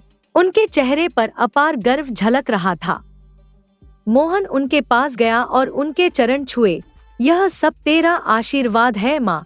मोहन ने भावुक होकर कहा, तूने हमेशा मुझे सही राह दिखाई, हमेशा मेरा साथ दिया। उमा ने अपने बेटे के सिर पर स्नेह से हाथ रखा। मैं हमेशा कहती थी ना बेटा कि मेहनत का फल मीठा होता है। आज वह दिन आ गया है। काशी भी उमा के पास आया और उनके चरण छुए। माँ, तुमने मुझे अपना बेटा माना, अपनाया। तुम्हारा आशीर्वाद ही मेरी ताकत है। उमा ने दोनों को आशीर्वाद दिया। उनकी आंखों में गर्व और प्यार के आंसू थे। फिर मोहन और काशी गांव वालों के सामने आए। मोहन ने भावुक होकर कहा, आप सबका धन्यवाद जिन्होंने हमारा साथ दिया, हमारी कला को सराहा और हमें आगे बढ़ने का हौसला दिया। काशी ने आगे बढ़कर कहा, हम वादा करते हैं कि हम हमेशा अपनी कला में सच्चाई रखेंगे और हमेशा गांव का नाम रोशन करेंगे।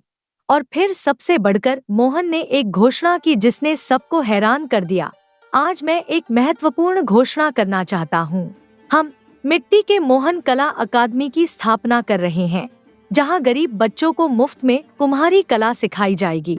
हमारी कला अगली पीढ़ी तक पहुँचे, यही हमारी सबसे बड़ी इच्छा है। गांव वालों ने तालियां बजाईं और उनकी आंखों में खुशी के आंसू थे। यह सिर्फ मोहन और काशी की सफलता नहीं थी, बल्कि पूरे गांव का गौरव था। सालों बाद जब कोई भी हरिपुर गांव से गुजरता तो उसे एक विशाल इमारत दिखाई देती, मिट्टी के मोहन कला अकादमी। यहाँ सैकड़ों बच्चे कुम्हारी कला सीखते, हजारों कारीगर काम करते और मोहन व काशी की कला की प्रेरणा सभी को मिलती। और जब कभी कोई पूछता कि यह सब कैसे संभव हुआ तो लोग उस पुरानी कहानी को सुनाते, मिट्टी के मोहन और काशी की कहानी, जिन्होंने अपनी मेहनत, ईमानदारी और कला से मिट्टी को सोने में बदल दिया। क्योंकि सच्ची कामयाबी का राज यही है, मन में सच्चाई, हाथों में मेहनत और दिल में कला का जुनून। और जैसा कि मोहन हमेशा कहता था, मिट्टी हमारी माँ है। हम उससे जन्म लेते हैं और अंत में उसी में मिल जाते हैं, लेकिन बीच के सफर में हम अपनी कला से मिट्टी को अमर बना सकते हैं। धन्यवाद। किसी देश के एक हिस्से में एक घोड़ों का व्यापारी रहता था, जिसका परिवार बस उसकी माँ और बहन तक सीमित था। व्यापारी अधिकतर समय घोड़ों और खच्चरों की खरीद बिक्री के लिए सफर में बिताता और जब भी घर लौटता कुछ दिन चैन से अपने प्रियजनों के साथ बिताने का प्रयास करता। एक बार वह व्यापारी दूर के एक नगर में आयोजित बड़े मेले में अपने घोड़े बेचने गया। मेला अपने शबाब पर था, रौनक और भीड़ से भरपूर। वहीं उसकी नजर एक अत्यंत सुंदर युवती पर पड़ी, जो अपने हाथों से बुनी हुई ऊन बेचने आई थी। उसकी खूबसूरती ऐसी थी कि व्यापारी की निगाहें उस पर ठहर गईं, और जैसे ही उसकी मुस्कान की झलक मिली, व्यापारी का दिल उसके लिए धड़कने लगा। उस युवती की सादगी, उसकी मेहनत और उसकी अनूठी सुंदरता ने व्यापारी को इतना प्रभावित किया कि उसने उसी क्षण उसे अपनी जीवन संगिनी बनाने का निश्चय कर लिया। वह युवती गरीब थी, लेकिन उसका दिल बड़ा था। व्यापारी ने बिना किसी दहेज की परवाह किए उसे विवाह कर उसे अपने घर ले आया। किंतु घर लौटने पर व्यापारी की माँ और बहन को यह विवाह रास नहीं आया। वे उस युवती से खुश नहीं थीं, क्योंकि वह साधारण परिवार की बेटी थी और अपने साथ कोई दहेज नहीं लाई थी। उनके मन में असंतोष और संदेह गहरे थे, परंतु व्यापारी के लिए उसकी पत्नी की सुंदरता और सादगी ही उसका सबसे बड़ा खजाना थी। शादी के लगभग 1 वर्ष बाद व्यापारी की पत्नी ने एक प्यारी सी बेटी को जन्म दिया। बेटी का जन्म पूरे घर के लिए खुशी का पल था, लेकिन यह खुशी अधिक समय तक टिक न सकी। कुछ ही दिनों बाद व्यापारी की पत्नी अपने नवजात शिशु और पति को रोता छोड़ इस दुनिया से विदा हो गई। व्यापारी के जीवन में एक गहरा शून्य छा गया और उसकी मासूम बेटी अपनी माँ की ममता से वंचित हो गई। समय बीता और कुछ वर्षों बाद व्यापारी की माँ भी चल बसी। वह अपनी पोती से अपार स्नेह करती थी, उसे गोद में लेकर दुलारती और उसकी हर छोटी बड़ी जरूरत का ख्याल रखती। लेकिन उसकी मृत्यु के बाद घर का माहौल बदल गया। व्यापारी की बहन ज्योति, जो पहले से ही अपनी भाभी से नफरत करती थी, अब बच्ची से भी वैसा ही व्यवहार करने लगी। ज्योति के मन में एक अदृश्य क्रोध और जलन थी, जो उसने उस मासूम पर उतारना शुरू कर दिया। जैसे जैसे लड़की बड़ी होती गई, ज्योति ने उसे ऐसे कठिन और थका देने वाले कामों में लगा दिया जो घर के सबसे चुनौतीपूर्ण काम थे। लड़की छोटी उम्र में ही सारे कठिन काम करने लगी। अगर उसका पिता घर पर होता तो वह कभी उसे इस तरह के कार्य करने नहीं देता, लेकिन पिता का अधिकांश समय घर से बाहर बीतता था और इस अवसर का लाभ उठाकर ज्योति उस लड़की को बेरहमी से तंग किया करती। वह बेचारी लड़की बुआ के भय से चुपचाप सब सहती रहती। मारपीट और डांट फटकार का डर ऐसा था कि वह पिता के सामने भी कभी शिकायत करने की हिम्मत नहीं जुटा पाती। उसकी आंखों में दर्द छिपा रहता, परंतु उसकी मासूमियत में कभी कोई शिकन नहीं आती। उस नन्ही सी बच्ची का नाम कामिनी था। उसकी मासूमियत के पीछे जीवन के संघर्षों की लंबी दास्तान छिपी हुई थी। उसकी बुआ ज्योति ने उसे घर के तमाम छोटे बड़े कामों में झोंक रखा था, लेकिन सबसे कठिन और थका देने वाला काम था दूर झरने से पानी भरकर लाना। वह झरना घर से काफी दूर एक ऊंची पहाड़ी की तलहटी में था और उसके रास्ते में कई बाधाएं थीं। यह पहाड़ी जहां झरना था अपने आप में रहस्य और खौफ का स्थान मानी जाती थी। गांव के लोग कहते थे कि उस पहाड़ी के ऊपर स्थित खंडहरों में भूत प्रेत रहते हैं। उन खंडहरों में कभी एक शानदार महल हुआ करता था जो अब टूट फूट कर बर्बाद हो चुका था। गांव के बुजुर्गों की मान्यता थी कि रात के अंधेरे में महल में मशालें जलती दिखाई देती थीं और वहां से रहस्यमयी गीतों और संगीत की आवाजें भी आती थीं। यह कहानियां गांव में डर और दहशत का कारण थीं और कोई भी उस इलाके के पास रात के समय जाने की हिम्मत नहीं करता था। लेकिन कामिनी के लिए वह पहाड़ी किसी डरावनी जगह की बजाय शांति का स्रोत थी। उसे वहां जाकर एक अनोखा सुकून और ठंडक महसूस होता थी। झरने का ठंडा मीठा पानी उसकी आत्मा को भी ठंडक देता था और जब वह पहाड़ी की ढलानों पर से गुजरती तो उसे आसपास की प्राकृतिक सुंदरता में डूबकर हर चिंता से मुक्ति मिल जाती। झरने का शीतल स्वर, हरे भरे पेड़ और पहाड़ी की ठंडी हवा उसे एक नई ऊर्जा से भर देती। कामिनी ने वहां कभी कोई मशाल जलती नहीं देखी, न ही किसी रहस्यमयी गीत का स्वर सुना। उसके लिए वह स्थान डर का नहीं बल्कि शांति और सुकून का था, एक ऐसा स्थान जहां वह दुनिया के सारे दुखों को भूल जाती थी। समय के साथ दिन महीनों में और महीने सालों में बदलते चले गए। कामिनी अब 17 वर्ष की हो चुकी थी और उसकी सुंदरता फूलों की तरह खिल गई थी। उसकी चमकती आंखें और मुस्कान जैसे हर किसी का मन मोह लेने वाली थी। गांव के हर कोने में उसकी सुंदरता और सौम्यता की चर्चा होने लगी थी। उसी गांव में एक युवक रहता था, करुणेश। करुणेश भी रूप और गुणों में किसी से कम नहीं था। वह सिर्फ सुंदर ही नहीं बल्कि अपने स्वभाव में भी अत्यंत नेक, दयालु और विनम्र था। उसका हृदय स्वच्छ और पवित्र था और वह मन ही मन कामिनी से सच्चा प्रेम करता था। कामिनी के लिए भी करुणेश से बढ़कर और कोई नहीं था। दोनों के दिलों में एक दूसरे के प्रति गहरा प्रेम था, लेकिन वे अपने इस प्रेम को खुले तौर पर प्रकट नहीं कर सकते थे क्योंकि उन्हें अपने रिश्ते को मान्यता दिलाने के लिए कामिनी के पिता का आशीर्वाद चाहिए था। कामिनी और करुणेश दोनों बेसब्री से उस दिन का इंतजार कर रहे थे जब कामिनी के पिता, जो अक्सर अपनी व्यापारिक यात्राओं के कारण घर से दूर रहते थे, लौटेंगे। उन्हें पूरा विश्वास था कि जब उनके पिता लौटेंगे और करुणेश के गुणों और उसके प्रेम को जानेंगे तो वे इस रिश्ते को न केवल स्वीकार करेंगे बल्कि खुशी खुशी आशीर्वाद भी देंगे। करुणेश के पिता और कामिनी के पिता में भी गहरी और पुरानी दोस्ती थी जिसने दोनों के विश्वास को और भी मजबूत कर दिया था। उन्हें लगता था कि यह रिश्ता न केवल उनके प्रेम को स्वीकार्यता देगा बल्कि उनके परिवारों के बीच के पुराने संबंधों को और भी मजबूत करेगा।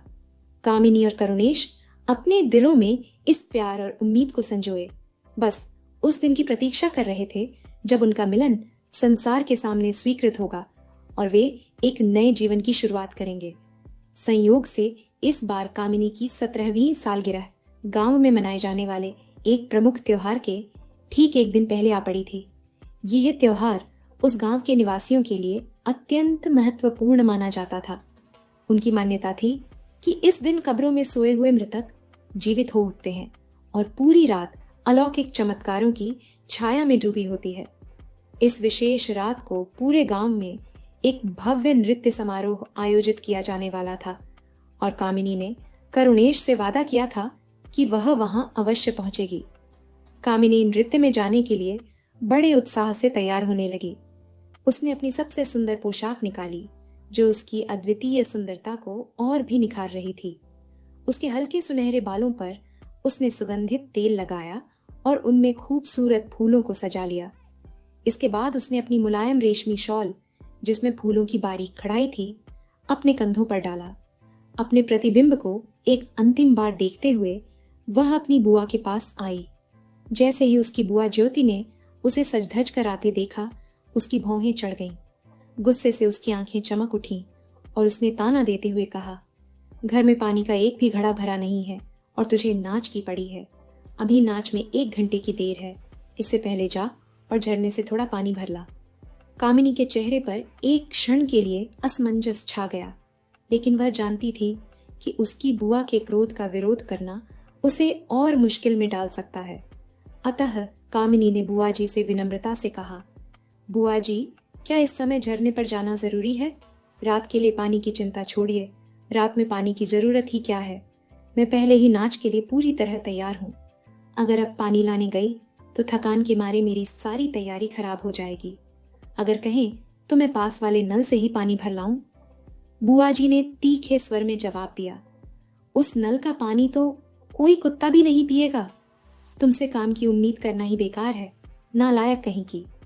कामिनी की आंखों में आंसू छलक आए, लेकिन उसने एक शब्द भी नहीं कहा। घड़ा उठाया और झरने की ओर चल पड़ी। मन में सोचती रही, अगर जल्दी लौट आई तो नाच में जाने का मौका अभी भी है, वक्त तो अभी काफी है। पर वक्त गुजरता गया। नाच का गाना बजाना शुरू हो चुका था, कुछ खत्म भी हो गया था, पर कामिनी नहीं लौटी। करुणेश परेशान होकर इधर उधर उसकी खबर पूछता फिर रहा था, लेकिन किसी को उसका कोई पता नहीं था। चिंता में घिरा करुणेश सोचने लगा, कहीं कामिनी बीमार तो नहीं पड़ गई। वह बिना देरी किए उसके घर की ओर भागा, लेकिन वहां पहुंचकर उसे ज्योति की उदास और निराश सूरत ही दिखाई दी। कामिनी का कोई निशान न था, कोई खबर नहीं थी। ज्योति इतनी घबराई हुई थी कि उसने दरवाजा भी कांपते हुए खोला। बुआ, क्या हुआ? कामिनी कहाँ है? करुणेश ने चिंतित स्वर में पूछा। ज्योति ने कांपती आवाज में जवाब दिया, मैंने उसे कई घंटे पहले झरने पर पानी लेने भेजा था, लेकिन तब से वह लापता है। जब बहुत देर हो गई और सूरज डूबने को आया तो मैं भी झरने पर गई। वहां उसके घड़े तो वैसे ही रखे मिले, मगर वह कहीं नहीं दिखी। मैं वहां देर तक खड़ी रही, उसका नाम लेकर जोर जोर से पुकारती रही, लेकिन कोई जवाब नहीं मिला। उसकी आंखों में डर का साया था। उसने आगे कहा, फिर मैं चुपचाप वहां खड़ी होकर ध्यान से आवाजें सुनने लगी। अचानक मुझे घोड़ों की टापों की आवाजें सुनाई दी, जैसे बहुत से घुड़सवार मेरी ओर आ रहे हों। मैं डर के मारे एक चट्टान के पीछे छिप गई। कुछ ही देर में मेरे सामने से कई घुड़सवार गुजरे। उन्होंने अजीबोगरीब पोशाकें पहन रखी थीं। उनके सिर पर सफेद कफन जैसा कपड़ा बंधा था और उनके चेहरे एकदम सफेद थे, ऐसे पतले दुबले कि पहचान पाना असंभव था। उनकी आंखों में कोई भाव नहीं था और वे बिना इधर उधर देखे बस धीरे धीरे आगे बढ़ते जा रहे थे। ज्योति का चेहरा अब और भी पीला पड़ गया था। उसने कांपते हुए कहा, मैं इतना डर गई कि बेहोश हो गई। जब होश आया तो वे घुड़सवार जा चुके थे और मैं भागकर घर लौट आई, लेकिन कामिनी, वह मुझे कहीं नहीं दिखी। क्या वे लोग ही उसे अपने साथ ले गए? ज्योति की कहानी सुनते सुनते करुणेश का चेहरा सफेद पड़ता जा रहा था। डर की लहरें उसके भीतर उठने लगीं, क्योंकि उसे याद था कि अगले दिन ही गांव में मनाया जाने वाला वह त्योहार था। त्योहार की वह रात जब दफनाए हुए मुर्दे अपनी कब्रों से उठ खड़े होते हैं। उसे अब साफ समझ आ गया था कि ज्योति ने जिन्हें देखा था वे देश के पुराने निवासियों और सिपाही लोगों के भूत प्रेत थे। देश का राजा जिस स्थान पर दफनाया गया था, त्योहार के दिन उन सब की रूहें उसी स्थान पर जाती हैं। करुणेश ने घबराते हुए हाथ मलते हुए कहा, भगवान तुम्हारा भला करे। तुम्हें पता है कि कल पुराने त्योहार का दिन है और आज रात घड़े हुए मुर्दे अपनी कब्रों से बाहर आ चुके हैं। हर तरफ भूत प्रेत घूम रहे हैं और तुमने कामिनी को इस भयानक रात में झरने पर पानी भरने भेज दिया। अगर उसे कुछ भी हो गया तो उसकी मौत की जिम्मेदारी तुम्हारी होगी। उसके मन में भय और चिंता का सैलाब उमड़ पड़ा। बिना एक और शब्द बोले वह पागलों की तरह झरने की ओर भाग पड़ा, जैसे वक्त उसके हाथों से फिसल रहा हो और उसे हर हाल में कामिनी को ढूंढ निकालना था। आकाश में चंद्रमा पूरी चमक के साथ निकला हुआ था और उसकी रोशनी से धरती पर मानो दिन का उजाला फैल रहा था। करुणेश जब झरने के पास पहुंचा तो उसकी आंखों ने भी वही देखा जो ज्योति ने बताया था। कामिनी के घड़े वहीं पड़े थे, पर वह खुद कहीं नहीं थी। वह पागलों की तरह चोटी पर इधर उधर घूमता पुकारता रहा, लेकिन कामिनी का कोई नामो निशान नहीं मिला। उसकी आवाजें पहाड़ों से टकराकर लौट आती, मगर जवाब कहीं से नहीं आया। थककर उसने सोचा, शायद कामिनी किसी दूसरे रास्ते से घर लौट गई हो। उम्मीद के आखिरी कतरे को थामे वह तेजी से फिर घर की ओर दौड़ा। घर पहुंचते ही उसे ज्योति दिखाई दी, वही भय से कांपती हुई। कामिनी का कहीं कोई अता पता नहीं था। निराशा और बेचैनी के बीच वह तुरंत दरवाजे से लौट पड़ा और फिर से झरने की ओर भागा। अब करुणेश ने फैसला किया कि जब सुबह की पहली किरणें फूटेंगी तो वह दिन की रोशनी में जमीन पर बने पदचिन्हों के सहारे कामिनी की तलाश करेगा। उसका मन आशंका और डर से भरा हुआ था, लेकिन अब उसे सिर्फ सुबह का इंतजार था, जो शायद उसे जवाब दे सके या शायद और सवाल छोड़ जाए। अब इधर सुनो कि कामिनी के साथ क्या बीती। पानी भरने के बाद वह जल्दी जल्दी घर लौटने को तैयार थी।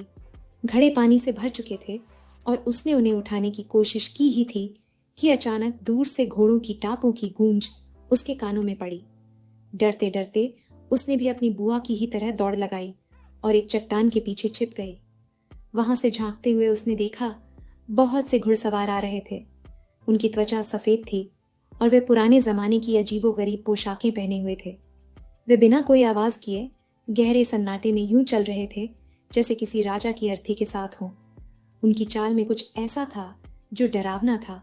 हर घुड़सवार सैनिक सा दिखाई देता, लेकिन उनके चेहरे इतने विचित्र थे कि कोई भी पहचान से बाहर था। कामिनी का दिल जोर जोर से धड़कने लगा। वह समझ गई कि ये इस दुनिया के लोग नहीं हैं, ये भूत प्रेत हैं, प्राचीन समय के योद्धाओं की रूहें जो अब इस धरती पर विचरण कर रही थीं। उसका पूरा शरीर भय से कांपने लगा, मानो उसकी हर नस डर की लहरों में बंध गई हो। जैसे ही सारे घुड़सवार वहां से गुजर गए, कामिनी ने राहत की सांस ली और चट्टान के पीछे से बाहर निकल आई। अब वह इस भूतिया जगह पर एक पल भी नहीं ठहरना चाहती थी। उसने जल्दी से अपने घड़े उठाने की कोशिश की, लेकिन तभी झरने के दूसरी तरफ एक आकृति दिखाई दी। वह एक स्त्री थी। उसके कपड़े सफेद रेशम के थे जो चांदनी में ऐसे चमक रहे थे मानो उन पर चांदी की कढ़ाई की गई हो। उसके लंबे घने काले बाल कंधों से होते हुए घुटनों के नीचे तक लहराते जा रहे थे। वह बेहद सुंदर थी, मगर उसका चेहरा पीला पड़ा हुआ था, जैसे जीवन का रंग उससे छिन गया हो।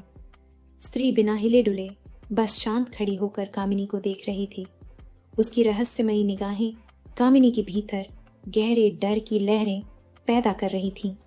कामिनी का दिल जैसे बाहर निकलने को था, लेकिन उसने हिम्मत जुटाई और कांपते स्वर में पूछा, क्या आप मुझसे कुछ कहना चाहती हैं? स्त्री की आवाज धीमी लेकिन इतनी मीठी थी कि हवा में घुल गई। हाँ, उसने कहा, तुम मेरी मदद कर सकती हो अगर तुम चाहो। कई सालों से मैं इसी दिन इसी झरने के पास एक निर्दोष और सुंदर लड़की की तलाश में आती हूँ, क्योंकि मेरा काम केवल तुम्हारी जैसी ही कोई लड़की कर सकती है, मगर आज तक कोई नहीं मिली।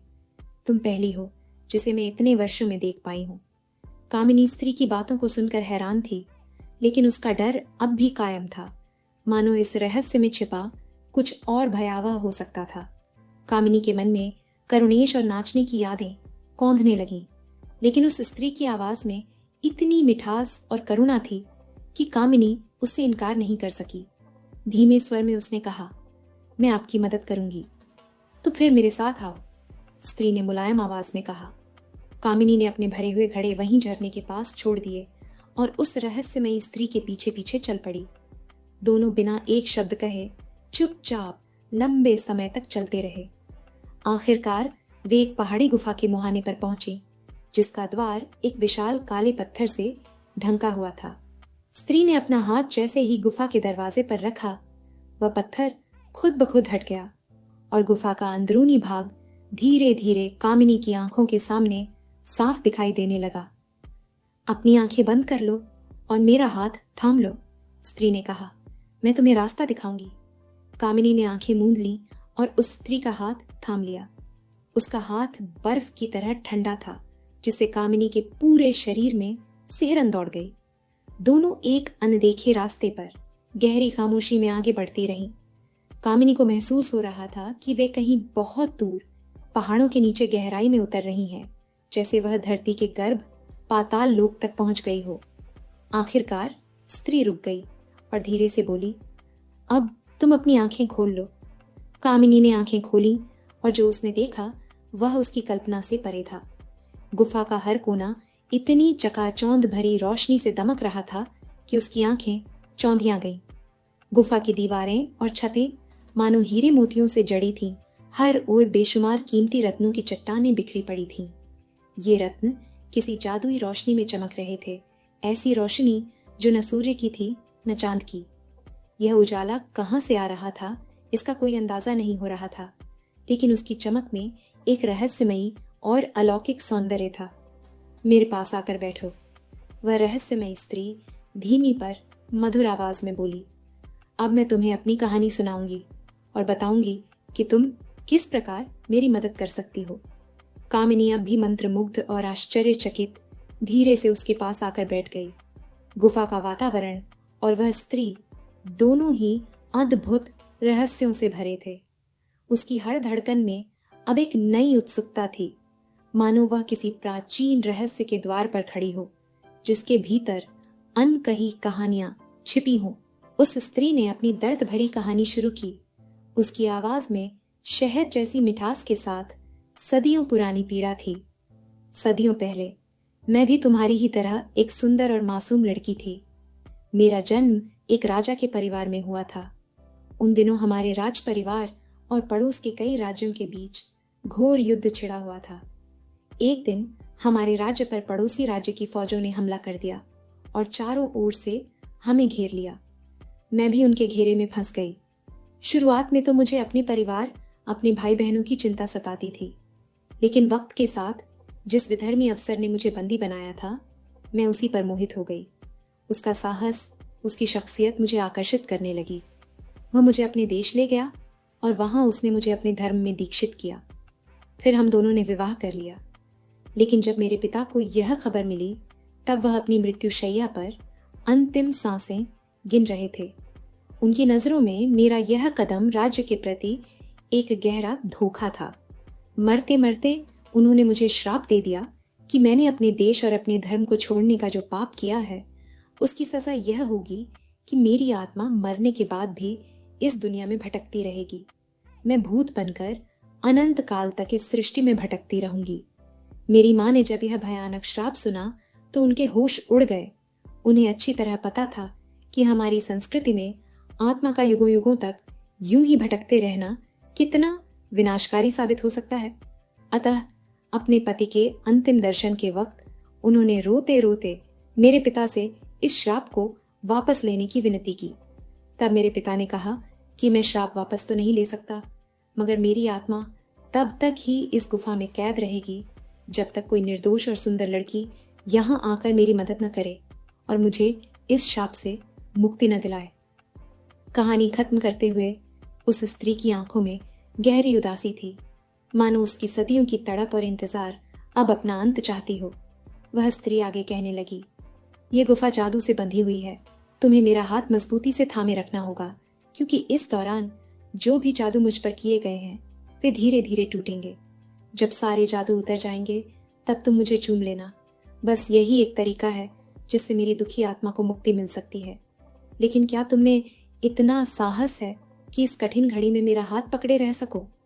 कामिनी ने थोड़ी देर सोचा, फिर अपनी आवाज में दृढ़ता लाते हुए बोली, मैं पूरी कोशिश करूंगी। स्त्री ने गंभीरता से कहा, याद रखना, चाहे कुछ भी हो जाए, मेरा हाथ मत छोड़ना। और सबसे जरूरी बात, अपनी प्रार्थनाएं कभी बंद मत करना। जब तक तुम प्रार्थना करती रहोगी, कोई भी ताकत तुम्हें नुकसान नहीं पहुंचा सकेगी। तुम्हें न तो चिल्लाना है, न किसी का नाम लेकर पुकारना। अगर तुमने कहीं गलती की या डर गई तो मेरे शाप का असर और भी भयानक हो जाएगा। लेकिन अगर तुमने हिम्मत दिखाई और सफल हुई तो मेरी आत्मा को इस शाप से हमेशा के लिए मुक्ति मिल जाएगी। इतना कहकर उसने कामिनी को कांसे का एक पुराना धूसर घड़ा दिया जो वहीं पड़ा हुआ था। कामिनी ने एक हाथ में घड़ा थामा और दूसरे हाथ से अपनी साथिन स्त्री का हाथ मजबूती से पकड़ लिया। फिर वह पूरे विश्वास के साथ ऊंची आवाज में प्रार्थना करने लगी। लेकिन जैसे ही उसकी निगाह अपनी साथिन पर पड़ी, वह दहशत में आ गई। वह स्त्री अब एक भयानक काले रीछ में तब्दील हो चुकी थी। जिस हाथ को उसने थाम रखा था वह अब रीछ का घने बालों से ढका पंजा बन चुका था। भय की लहर उसके दिल में दौड़ने लगी और वह हाथ छोड़ने ही वाली थी कि अचानक उसे उस स्त्री की कही बातें याद आ गईं। उसने साहस बटोर कर उसका हाथ और कसकर पकड़ लिया और प्रार्थना करने लगी। कुछ ही पलों में पूरी गुफा डरावने और विशाल रीछों से भर गई, जिनकी लाल लाल आंखें उसकी ओर घूर रही थीं और उनके तीखे दांत बाहर झांक रहे थे। वे उसे देखकर डराने की कोशिश कर रहे थे, परंतु कामिनी की पकड़ ढीली नहीं पड़ी। उसने हिम्मत नहीं हारी और पूरे संकल्प के साथ अपनी प्रार्थना जारी रखी, मानो वह प्रार्थना ही उसका एकमात्र सहारा हो। कुछ ही देर में गुफा के भीतर गहरा अंधकार छा गया, मानो रात की स्याही हर ओर फैल गई हो। अचानक उसे दूर से समुद्र की गरजती लहरों की आवाज सुनाई देने लगी, मानो विशाल जलधाराएं गुफा के भीतर तक दस्तक दे रही हों। इन लहरों की गर्जना के बीच कहीं ऊपर से घोड़ों की टापों की आवाज भी सुनाई दी, जैसे घुड़सवार गुफा के ऊपर से गुजर रहे हों। फिर एक पल के लिए सन्नाटा छा गया, गूंजती हुई आवाजें थम गईं और गहरा मौन चारों ओर छा गया। लेकिन तभी इस भयावह खामोशी को चीरती हुई करुणेश की आवाज उसके कानों में गूंजी, कामिनी, कामिनी, तुम कहाँ हो? प्यारी कामिनी, कहाँ हो? वह घबरा उठी। रीछ के पंजे को कस कर थामे हुए उसने करुणेश को पुकारने की कोशिश की, मगर अचानक उसे इस भयावह स्थान और अपने उद्देश्य का स्मरण हो आया।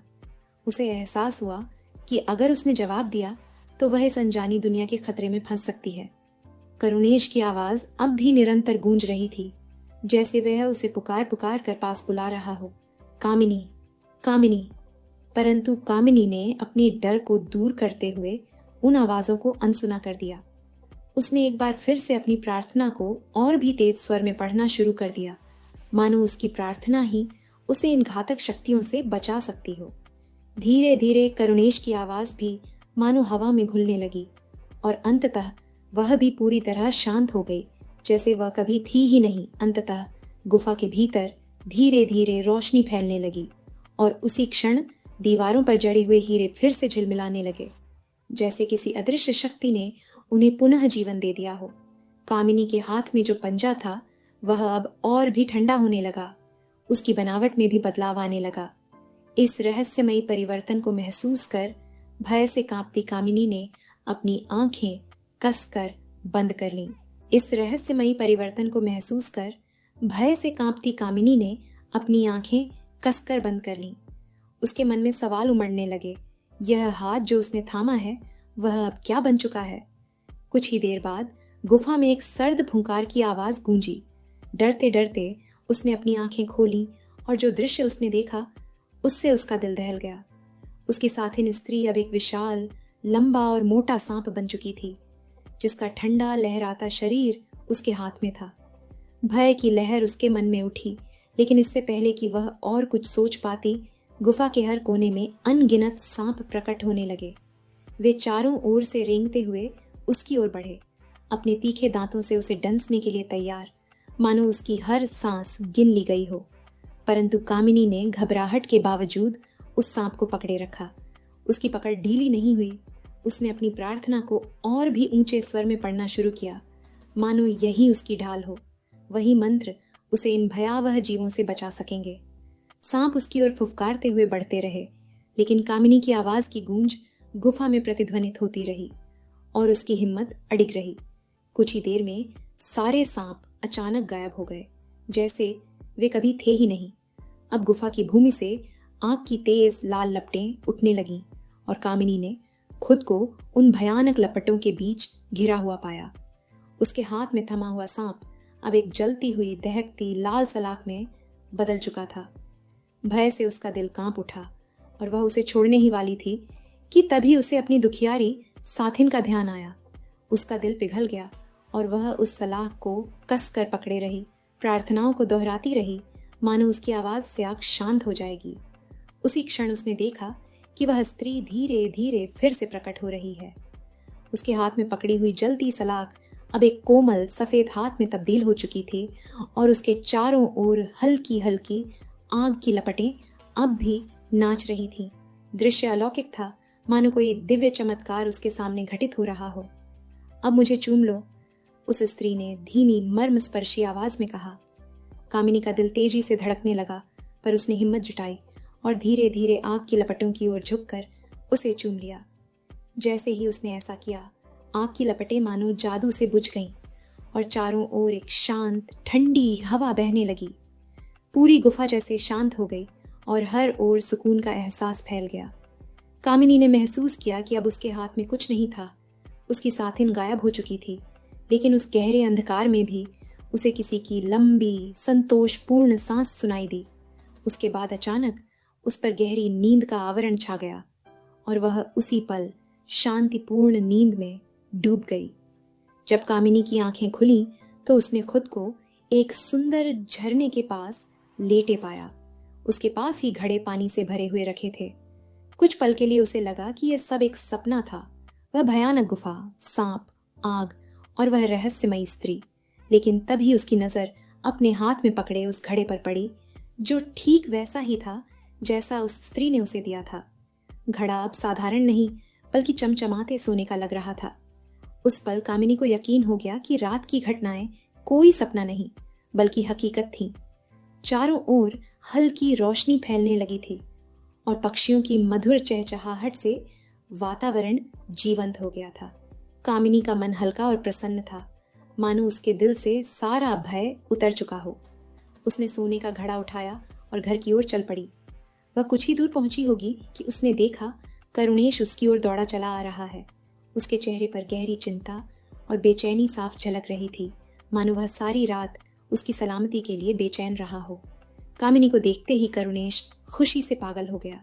उसकी आंखों में चमक और चेहरे पर राहत आ गई। वह अधीरता से उससे रात का हाल पूछने लगा, बार बार यही सवाल करता कि क्या हुआ, कैसे हुआ। कामिनी ने मुस्कुराते हुए धीरे धीरे रात की पूरी कहानी उसे सुनाई, हर रहस्य, हर चमत्कार का वर्णन किया। उसने करुणेश को वह सोने का घड़ा भी दिखाया जो उस स्त्री ने उसे दिया था, और उसकी चमक देखकर करुणेश की आंखें आश्चर्य से फैल गईं। करुणेश ने उत्सुकता से कामिनी के हाथ से वह चमकता हुआ घड़ा लिया और उसमें हाथ डालकर कुछ निकालने की कोशिश की, लेकिन हर बार जो चीज वह निकालता वह तुरंत ही कंकड़ पत्थर में बदल जाती। यह देखकर उसके चेहरे पर निराशा फैल गई। कामिनी ने मुस्कुराते हुए घड़ा वापस लिया और अपना हाथ डाला। आश्चर्यजनक रूप से जो कुछ भी वह निकालती वह सोने का बन जाता, मानो उसकी छुअन से सब कुछ अमूल्य हो उठा हो। अरे वाह, करुणेश ने मजाक में कहा, मेरे हाथ क्या इतने बदकिस्मत हैं। वे दोनों हंसते हुए घर लौटे, लेकिन घर पहुंचते ही माहौल एकदम बदल गया। ज्योति अपनी भतीजी के शोक में आंसू बहा रही थी। रात भर वह पछतावे में डूबी रही थी, ये सोचते हुए कि उसने कामिनी के साथ कितना कठोर व्यवहार किया था। उसने ठान लिया था कि अब कभी उससे नाराज नहीं होगी और कभी भी उससे कठिन काम नहीं करवाएगी। लेकिन पुरानी आदतें इतनी आसानी से नहीं जाती। कुछ ही दिनों के भीतर ज्योति की कठोरता फिर से लौट आई। वह फिर से कामिनी पर गुस्सा करने लगी और उसे पहले से भी ज्यादा भारी कामों में झोंकने लगी। जैसे ही कुछ दिन बीते, उसने उसे फिर से झरने पर पानी भरने के लिए भेजना शुरू कर दिया, मानो कुछ बदला ही ना हो। जब कामिनी के पिता व्यापार से लौटे तो उन्होंने खुशी खुशी उसकी सगाई करुणेश से कर दी। वह घड़ा जिसमें जो कुछ भी कामिनी छूती सोने में बदल जाता, अब उनके लिए समृद्धि का प्रतीक बन चुका था। उसी घड़े में भरे हुए धन से उन्होंने अपने गांव के पास एक हरा भरा सुंदर खेत खरीदा और वहीं एक प्यारा सा घर बनाकर बस गए। कामिनी के पिता जब भी घर पर होते तो अपने खेत पर जरूर जाते, वहां की हरियाली और संपन्नता को निहारते। कामिनी और करुणेश के जीवन में हर ओर सुख समृद्धि थी। उनकी गायों से सबसे ज्यादा दूध निकलता, मानो उनकी देखभाल में कोई जादू हो। उनकी मुर्गियां 12 महीने अंडे देती बिना किसी मौसम का इंतजार किए, और उनके खेत के पेड़ों से शहद टपकता जैसे प्रकृति खुद उन्हें अपना आशीर्वाद दे रही हो। खेत की मिट्टी इतनी उर्वर थी कि हर फसल लहलहाती और चारों ओर खुशहाली का माहौल था। इस प्रकार कामिनी और करुणेश ने अपने जीवन को प्रेम और समृद्धि के साथ जिया। उनका हर दिन एक नए आनंद की तरह बीतता और वे सच्चे अर्थों में सुखी जीवन का अनुभव करते रहे।